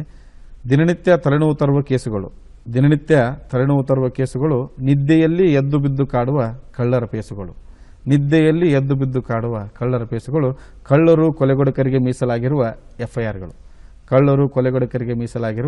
FIRಗಳು, ಬಂಧಿಸಲು ಆಗದೇ ಇರುವ ಬೇಡಿಗಳು, ಕೈಗೆ ಸಿಗದೆ ಓಡಿ ಹೋಗುವ ಕೇಡಿಗಳು, ಓಡಿ ಹೋಗಿ ಜೈಲು ಸೇರುವ ಜೋಡಿಗಳು, ಟ್ರಾಫಿಕ್ಕಲ್ಲಿ ಬಯಸದೆಯೇ ಸಿಗುವ ಫೈನ್ಗಳು, ಊರಲ್ಲಿ ನಡೆಯುವ ಜೂಜು ಮೋಜುಗಳು, ಸಿಕ್ಕಿಬಿದ್ದಾಗ ಜಲ್ಲು ಮುಖದ ಪೋಜುಗಳು, ನ್ಯಾಯವೇ ಸಿಗದ ಜನಗಳು, ನ್ಯಾಯಕ್ಕಾಗಿ ಹೋರಾಡುವ ಮುದ್ದು ಮನಗಳು, ಕೊನೆವರೆಗೂ ಮುಗಿಯುವುದಿಲ್ಲ ಈ ಅಪರಾಧಗಳು. ಲೈಫು ಕಷ್ಟಾನೆ, ನಮ್ಮ ಪೊಲೀಸ್ ಲೈಫು ಇಷ್ಟೇನೆ. ಲೈಫು ಕಷ್ಟನೇ, ನಮ್ಮ ಪೊಲೀಸ್ ಲೈಫು ಇಷ್ಟೇ. ಭಾಳ ಚೆನ್ನಾಗಿ ಹೇಳಿದೆ ಸರ್. ಒಂದು ಕವನದಲ್ಲಿ ಇಡೀ ಪೊಲೀಸ್ ಸ್ಟೋರಿನೇ ಹೇಳ್ಬಿಟ್ರಿ. ಸೊ ಕಾರ್ಯಕ್ರಮ ಮುಗಿಸುವಂಥ ಸಮಯ ಆಯಿತು. ಇಲ್ಲಿವರೆಗೂ ಬಂದು ಕಾರ್ಯಕ್ರಮದಲ್ಲಿ ಭಾಗವಹಿಸಿದ್ದಕ್ಕೆ ತಮಗೆ ದೂರದರ್ಶನ ಚಂದವಾಹಿನಿ ಪರವಾಗಿ ಧನ್ಯವಾದಗಳು sir. Thank you sir. Thank you. ವೀಕ್ಷಕರೇ, ಇದಾಗಿತ್ತು ಇವತ್ತಿನ ಕಾರ್ಯಕ್ರಮ. ಮುಂದಿನ ಸಂಚಿಕೆಯಲ್ಲಿ ಮತ್ತೋರ್ವ ಅತಿಥಿಗಳೊಂದಿಗೆ ಮತ್ತೆ ಭೇಟಿಯಾಗೋಣ. ಅಲ್ಲಿವರೆಗೂ ನಮಸ್ಕಾರ.